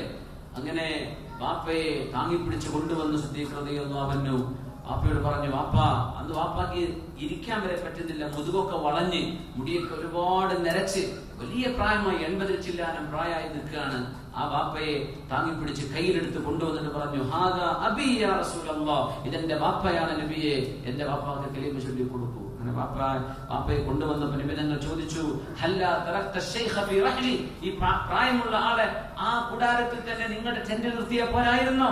ഞാൻ അങ്ങോട്ട് വരുമായിരുന്നല്ലോ, എന്തിനെ വാപ്പയെ ഇങ്ങോട്ട് കൊണ്ടുവന്നത് എന്ന് ചോദിച്ചു. അപ്പൊ നബി തങ്ങളോട് സിദ്ദീഖ് റളിയല്ലാഹു അൻഹു പറഞ്ഞു, നബിയെ ബൽ അൻത അഹ്ഖു അൻ യുഅ്താ ഇലൈക, ഞങ്ങൾ അങ്ങയുടെ അരികത്തേക്ക് അങ്ങോട്ട് വരേണ്ടവരല്ലയോ നബിയെ, ഞങ്ങളുടെ അടുത്തേക്ക് നബി വരെ അത് പറ്റില്ല, ഞങ്ങൾ അങ്ങോട്ട് വരേണ്ടവരാണ് എന്ന് പറഞ്ഞ് വാപ്പയെ കൊണ്ടുവന്നു കൊടുത്തു. നബി തങ്ങൾ ചൊല്ലിക്കൊടുത്തു, അശ്ഹദു അല്ലാ ഇലാഹ ഇല്ലല്ലാഹ്. ആ വാപ്പ ചൊല്ലി, അശ്ഹദു അല്ലാ ഇലാഹ ഇല്ലല്ലാഹ് വ അശ്ഹദു അന്ന മുഹമ്മദർ റസൂലുള്ളാഹ്. കലിമകൾ ചൊല്ലിയപ്പോൾ സിദ്ദീഖ് റളിയല്ലാഹു അൻഹു പൊട്ടിക്കരഞ്ഞു. നബി തങ്ങൾ ചോദിച്ചു, സിദ്ദീഖ്, ഇത് സന്തോഷത്തിന്റെ കരച്ചിലല്ലല്ലോ. സന്തോഷത്തിന്റെ കരച്ചിൽ തേങ്ങലും ഈ നിരക്കുള്ള ഒച്ചയും ശബ്ദമൊന്നും ഉണ്ടാവില്ലല്ലോ, എന്തിനാണ് ഈ കരച്ചിൽ? സിദ്ദീഖ് റളിയല്ലാഹു അൻഹു പറഞ്ഞു, നബിയെ മറ്റൊന്നുമല്ല, ഞാൻ ഓർത്തുപോവുകയായിരുന്നു, എന്റെ വാപ്പ മുസ്ലിമായ ഈ സ്ഥാനത്ത് അങ്ങയുടെ മൂത്താപ്പ അബൂ ത്വാലിബാണ് മുസ്ലിമാവുന്നതെങ്കിൽ അങ്ങേക്ക് എത്ര സന്തോഷം ഉണ്ടാകുമായിരുന്നു നബിയെ. ഞാനത് ഓർത്തുപോവുകയാണ്. അങ്ങയുടെ മുത്താപ്പയെ അങ്ങ് ഒരുപാട് വിളിച്ചു, മുത്താപ്പ വന്നില്ലല്ലോ. എന്റെ വാപ്പയുടെ സ്ഥാനത്ത് അങ്ങയുടെ മുത്താപ്പയായിരുന്നെങ്കിൽ എന്ന് ഞാൻ കൊതിച്ചു പോകുന്ന നബിയെ എന്ന് സിദ്ദീഖ് റളിയല്ലാഹു അൻഹു. വലിയ സന്തോഷം ഉണ്ടായപ്പോഴേക്കും നബി തങ്ങളുടെ സന്തോഷം ചിന്തിച്ച് സിദ്ദീഖ് റളിയല്ലാഹു തആല. പക്ഷെ അവസാന കാലമായപ്പോഴേക്കും ഉമ്മയെയും വാപ്പയെയും ഇസ്ലാമിലേക്ക് കൊണ്ടുവരാൻ കഴിഞ്ഞു സിദ്ദീഖ് റളിയല്ലാഹു അൻഹുവിന്. പക്ഷേ ഒരുപാട് ത്യാഗം നബി തങ്ങളുടെ കൂടെ സഹിച്ചിട്ടുണ്ട് സിദ്ദീഖ് റളിയല്ലാഹു തആല. അങ്ങനെ വലിയൊരു ത്യാഗം സഹിച്ച് ഒരുപാട് കഷ്ടപ്പാട് സഹിച്ചിട്ടാണ് ഇസ്ലാം വളർന്നിട്ടുള്ളത്. വിചിത്രമായിരുന്നുവെന്നാണ്. എല്ലാവരും കള്ളുപിടിക്കുകയാണ്. അതിൽ കള്ളുപിടിക്കാതെ നടന്നിരുന്ന ആളുകളാണ് മുസ്ലിമീങ്ങൾ. എല്ലാവരും വ്യഭിചാരികളായിരുന്നു. മദീനയിൽ വേശ്യകളുടെ സ്ട്രീറ്റ് ഉണ്ടായിരുന്നു. യഥരിബാണെന്ന പേര്, വേശ്യകളുടെ സ്ട്രീറ്റ്. പക്ഷെ അന്ന് വ്യഭിചാരം ചെയ്തിരുന്നത് അടിമ പെണ്ണുങ്ങളായിരുന്നു. സ്വതന്ത്രകളായ പെണ്ണുങ്ങൾ ചെയ്യുമായിരുന്നില്ല. അതിന്റെ ഇടയിൽ അള്ളാഹുവിന് വേണ്ടി ത്യാഗീവര്യരായി ചാരിത്രശുദ്ധിയുള്ളവരായി ജീവിച്ച മുസ്ലിമീങ്ങൾ വിചിത്രമായി തോന്നിയിരുന്നു. ഇങ്ങനെ ഇവിടത്തെ ഈ ഒരു ഗൾഫ് രാജ്യത്തൊക്കെ ജീവിച്ചിട്ട് നീ തോന്നിവാസം ചെയ്തിട്ടില്ലേ എന്ന് ചിന്തിക്കുന്ന പോലെ, നീ ഇതുവരെ കണ്ടുപിടിച്ചിട്ടില്ലേ, നീ ഇതുവരെ ഇന്നാലിന്നെ ചെയ്തിട്ടില്ലേ എന്ന് ചോദിക്കുമ്പോൾ വിചിത്രമായി തോന്നുന്നില്ലേ? അതുപോലെ റൂമിൽ എല്ലാവരും കണ്ടുപിടിക്കുകയാണ്. കണ്ടുപിടിക്കാത്ത ഒരുത്തനുള്ളൂ, അവൻ ഒരു എന്തോ ഒരു വിചിത്ര ജീവിയെ പോലെ ആയിരുന്നു തോന്നുക. ഇവരൊക്കെ കുടിക്കുമ്പോൾ ഇവനെന്തോ ഒരു കുഴപ്പമുണ്ടോ? അങ്ങനെ നാട്ടിലൊക്കെ ഈ കോളേജ് ക്യാമ്പസുകളിലൊക്കെ അങ്ങനെ വിഷയമുണ്ട്. ഇപ്പോ ഒരു ബോയ്ക്ക് ഒരു ഗേൾ ഫ്രണ്ട് ഇല്ലെങ്കിൽ, അല്ലെങ്കിൽ ഗേളിന് ബോയ് ഫ്രണ്ട് ഇല്ലെങ്കിൽ ഓക്കെന്തോ കുഴപ്പമുണ്ട്, ഓനെന്തോ കുഴപ്പമുണ്ട് എന്തിനാ പറയാം. അതുണ്ടാവലാണ് ഡീഫോൾട്ട്സ്. സുബ്ഹാനല്ലാഹ്, ആ രീതിയിലേക്ക് തിന്മയുടെ അതിപ്രസരം മാറിയിരിക്കുകയാണ്. പറയാ ഇസ്ലാം ഇങ്ങനെയാ തുടങ്ങിയത്, ഇതുപോലെ തന്നെ തിരിച്ചു വരും. തുടങ്ങിയിടത്തേക്ക് തിരിച്ചു വരും. ഇസ്ലാമികമായ ആചാരങ്ങളും ഇസ്ലാമികമായ അനുഷ്ഠാനങ്ങളും ഇസ്ലാമികമായ വിശ്വാസ പ്രമാണങ്ങളും വിചിത്രമായി തോന്നുന്ന ഒരു കാര്യങ്ങൾ അങ്ങനെയൊക്കെ ഉണ്ടോ, ഇത്രയൊക്കെ ഉണ്ടോ എന്ന് ചിന്തിക്കുന്ന സമയം വരുന്നതാണ്. നമ്മൾ അങ്ങോട്ടാണ് നീങ്ങിക്കൊണ്ടിരിക്കുന്നത്. അങ്ങനെയാണ്, വിചിത്രമായി തോന്നും. ഒന്നും പറ്റൂലല്ലോ, അങ്ങനെയൊന്നുമില്ലല്ലോ. അങ്ങനെ ബഹുഭൂരിപക്ഷം ആളുകൾ തിന്മയുടെ കൂടെ നിൽക്കുമ്പോ ആ ചെറിയൊരു ന്യൂനപക്ഷം ഉണ്ടാവുമല്ലോ, വിചിത്രമായി തോന്നുന്നവർ, അവർക്കാണ് തൂബ, സർവമാന നന്മകളും സർവ കൂലിയും അല്ലാഹു ഇവർക്ക് കൊടുക്കുമെന്ന് പരിശുദ്ധ റസൂലുള്ളാഹി. ശരീരത്തിന്റെ പച്ചയിറച്ചി കാട്ടി നടക്കുന്ന ഒരു കാലഘട്ടത്തിൽ നമ്മുടെ പെൺകുട്ടികളൊക്കെ ഹിജാബ് ധരിച്ച് നടന്നാൽ എല്ലാവരും കള്ളുപിടിച്ച് നടക്കുമ്പോ നമ്മുടെ ചെറുപ്പക്കാർ അതൊക്കെ നിർത്തി നല്ല ശുദ്ധരായി നല്ല ആളുകളായി ജീവിക്കുമ്പോ തൂബാലിൽ ഖുറബ, അവർക്കാണ് സർവ്വ നന്മയും, അവർക്കാണ് സർവ്വ നന്മയും. നമ്മുടെ വീടുകളിലെ പെണ്ണുങ്ങൾ മുഴുവൻ, നാട്ടിലുള്ള പെണ്ണുങ്ങൾ മുഴുവനും സീരിയലുകൾ മുഴുവനും ചാനലുകൾ മുഴുവനും മാറി വരും. ഇപ്പൊ 2-3 TV ഒക്കെ ഒരുമിച്ച് വെക്കേണ്ടി വരും. ചാനലുകളുടെ എണ്ണം കൂടിയപ്പോഴേ പല സീരിയലും മിസ്സായി പോകുന്നുണ്ട്. നമ്മുടെ ഈ ന്യൂസ് ചാനലുകളൊക്കെ കണ്ടില്ല, അവരുടെ റൂമിൽ, പ്രിപ്പറേഷൻ റൂമിൽ ഇഷ്ടം പോലെ വെക്കണേ എന്ന പോലെ പലതും നോക്കി നിൽക്കേണ്ട അവസ്ഥയിൽ ഒരു TV ഒന്നും വരെയാവാത്ത അവസ്ഥ വന്നിട്ടുണ്ട്. ഇപ്പോ ഈ രീതിയിൽ പെണ്ണുങ്ങൾ സമയം കൊണ്ടുകൊണ്ടിരിക്കുമ്പോ മുസല്ല പിരിച്ച് ഇശാ മഗ്രിബിന്റെ ഇടയിൽ ദിക്റും സ്വലാത്തും വിശുദ്ധ ഖുർആനിന്റെ വചനങ്ങളും അല്ലാഹുവിന്റെ ശബ്ദം, അല്ലാഹുവിന്റെ കലാം നമ്മുടെ വീടുകളിൽ ഓതുന്ന പെണ്ണുങ്ങൾ വിചിത്രമാണ്. നിനക്ക് ഇഷ്ടപ്പെട്ട സീരിയൽ എന്താന്ന് വെച്ചാൽ എനിക്ക് അങ്ങനൊന്നുമില്ല എന്ന് പറഞ്ഞാൽ നീ ലോകത്തൊന്നും അല്ലേ എന്ന് ചിന്തിക്കുന്ന പോലെ. ഏതൊരു വാപ്പനോട് കഥ പറഞ്ഞല്ലോ, അല്ല കുട്ടി സ്കൂളിൽ പോകുന്നുണ്ട്. അപ്പോ അവരെ വീട്ടിൽ ഈ TV സിനിമ കാണുക, സീരിയൽ കാണുന്ന ഏർപ്പാടൊന്നുമില്ല.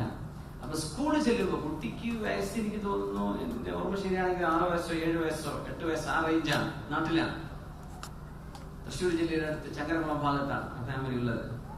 അപ്പൊ ഈ കുട്ടി സ്കൂളിൽ ചെന്ന് നോക്കുമ്പോ ഓരോ കുട്ടികളും പല സിനിമ കഥയും പറയും. നിനക്ക് അയാളെ ഇഷ്ടമാണോ, എനിക്ക് ഇവളെ ഇഷ്ടമാണോ, നടീനടന്മാരുടെ പേര് പറയുമ്പോ ഈ കുട്ടി പറയാം, വാപ്പ എനിക്ക് ഇവരൊന്നും അറിയില്ലല്ലോ, ഞാനൊന്നും വിടാറില്ല കഥയില്.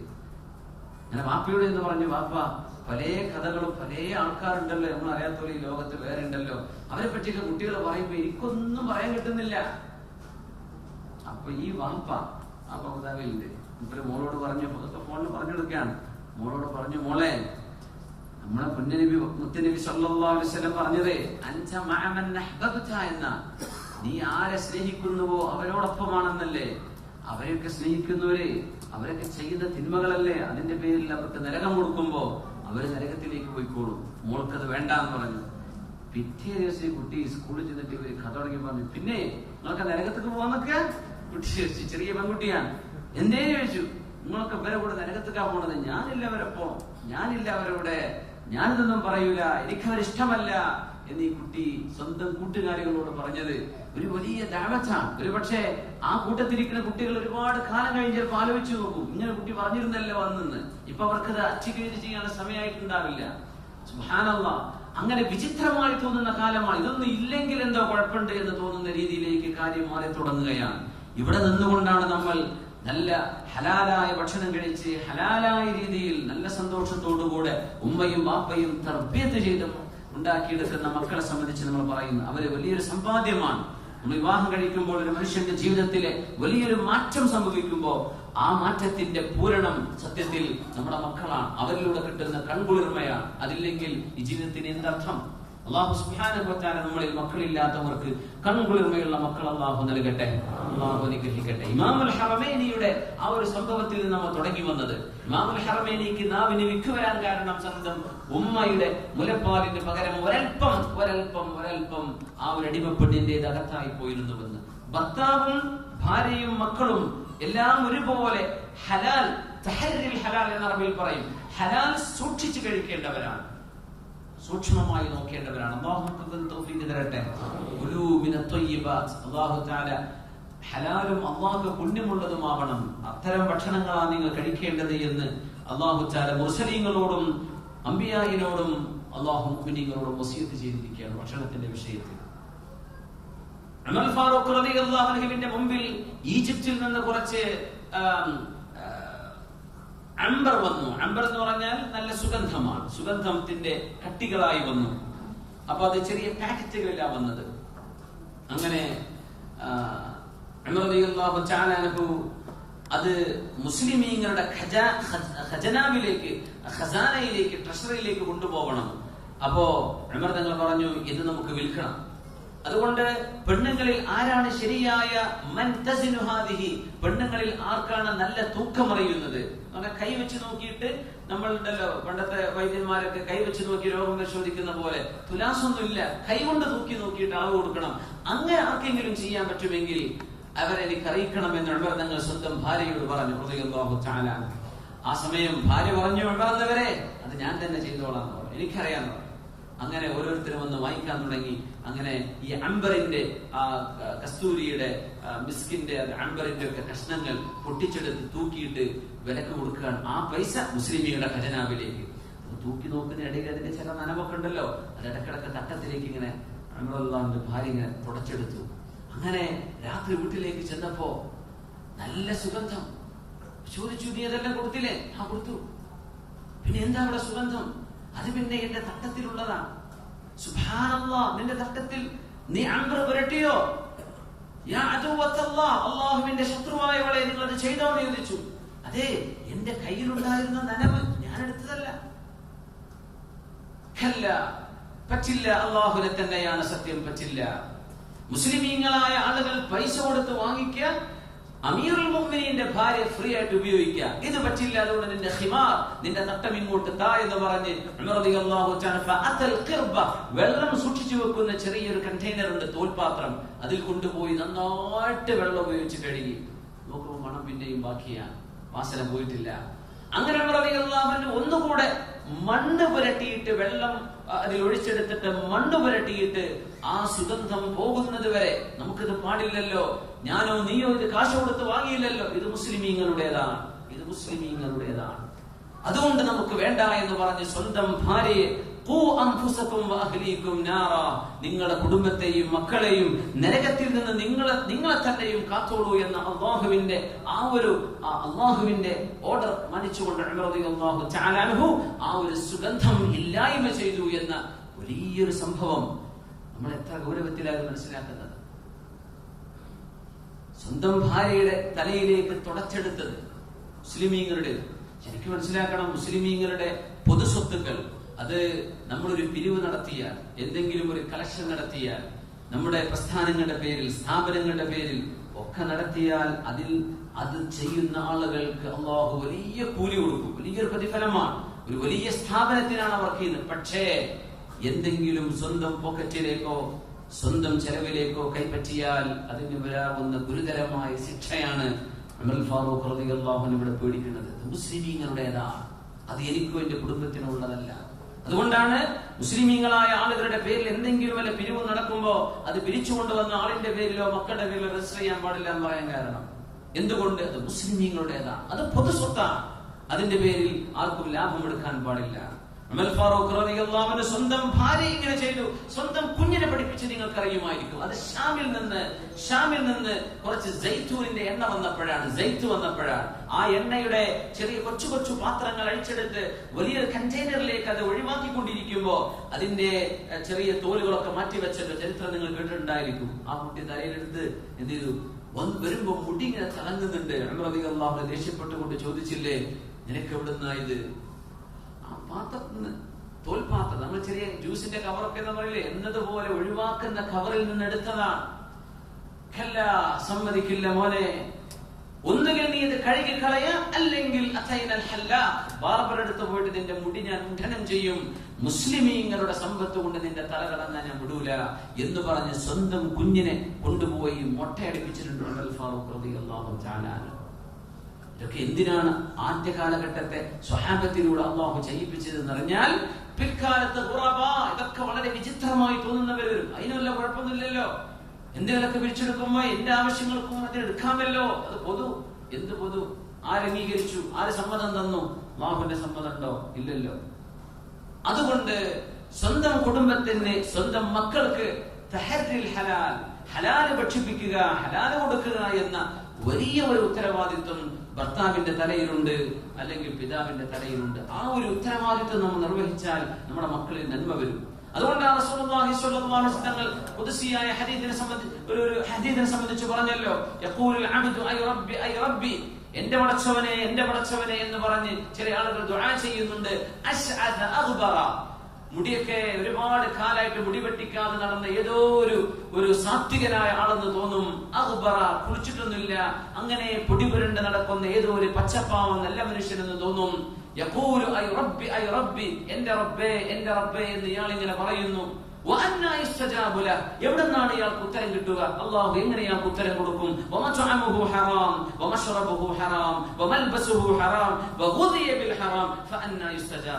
ആ മനുഷ്യൻ കുടിച്ചത് ഹറാമായിരുന്നു, കഴിച്ചത് ഹറാമിന്റെ ഭക്ഷണമായിരുന്നു, ഉടുത്ത വസ്ത്രം ഹറാമിന്റേതായിരുന്നു, പിന്നെ ഹറാമിലായിട്ടാണ് ഇയാൾക്ക് ന്യൂട്രീഷൻ കിട്ടിയത്, പോഷണം സിദ്ധിച്ചത് തന്നെ ഹറാമാണ്. എവിടുന്ന് ഇയാൾക്ക് ഉത്തരം കിട്ടുമെന്ന് പരിശുദ്ധ റസൂലുള്ളാഹി സ്വല്ലല്ലാഹു അലൈഹി വസല്ലം. ഈ ഹദീസ് നമ്മൾ മനസ്സിലാക്കണം. എവിടെന്നാണ് ഹറാമിൽ നിന്ന് പരിപോഷണം കിട്ടി എന്ന് പറയാൻ കാരണം എന്താ? ഉമ്മയും വാപ്പയും കൊടുത്തത് ഹറാമായിരുന്നു, അതാണ് ഇതിന്റെ അർത്ഥം. ഉമ്മയും വാപ്പയും ഇയാളെ ഈ കുഞ്ഞിന് തീറ്റിപ്പിച്ചത്, ഭക്ഷിപ്പിച്ചത്, ഉടുപ്പിച്ചത് പരീക്ഷയുമായി ഇടപെടുന്ന ജോലി ചെയ്തിട്ടുണ്ടോ, അല്ലെങ്കിൽ പരീക്ഷയുമായി ഇടപെട്ട സമ്പാദ്യം തീറ്റിച്ചുകൊണ്ടോ ആണ് ഈ കുഞ്ഞുങ്ങൾക്ക് ഭക്ഷണം കൊടുത്തിട്ടുള്ളത്. പിന്നെ എങ്ങനെയാ ഇവരുടെ ഇബാദത്ത് അല്ലാഹു ഖബൂലാക്കുക എന്ന് പരിശുദ്ധ റസൂലുള്ളാഹി സ്വല്ലല്ലാഹു അലൈഹി വസല്ലം. ഒരു കുട്ടി അതിന് ഉത്തരവാദിയല്ല നമുക്ക് പറഞ്ഞേക്കാം. എന്നാൽ തന്നെയും റസൂലുള്ളാഹി സ്വല്ലല്ലാഹു അലൈഹി വസല്ലം തങ്ങൾ അല്ലാഹു തആല ഒരു മനുഷ്യനിലേക്ക് ഇൽത്തിഫാത്ത് ചെയ്യണമെങ്കിൽ, അല്ലാഹുവിന്റെ തിരുനോട്ടം ഉണ്ടാവണമെങ്കിൽ ആ മനുഷ്യന്റെ ശരീരം ഹലാലായിരിക്കണം. ഒരു മനുഷ്യൻ ചെയ്യുന്നതാണ് അയാളോട് ചോദ്യം ചെയ്യപ്പെടുകയുള്ളൂ. തീർച്ചയായും ഉമ്മയും വാപ്പയുമാണ് ഇവിടെ കുറ്റക്കാർ, സംഭവം ശരി തന്നെയാണ്.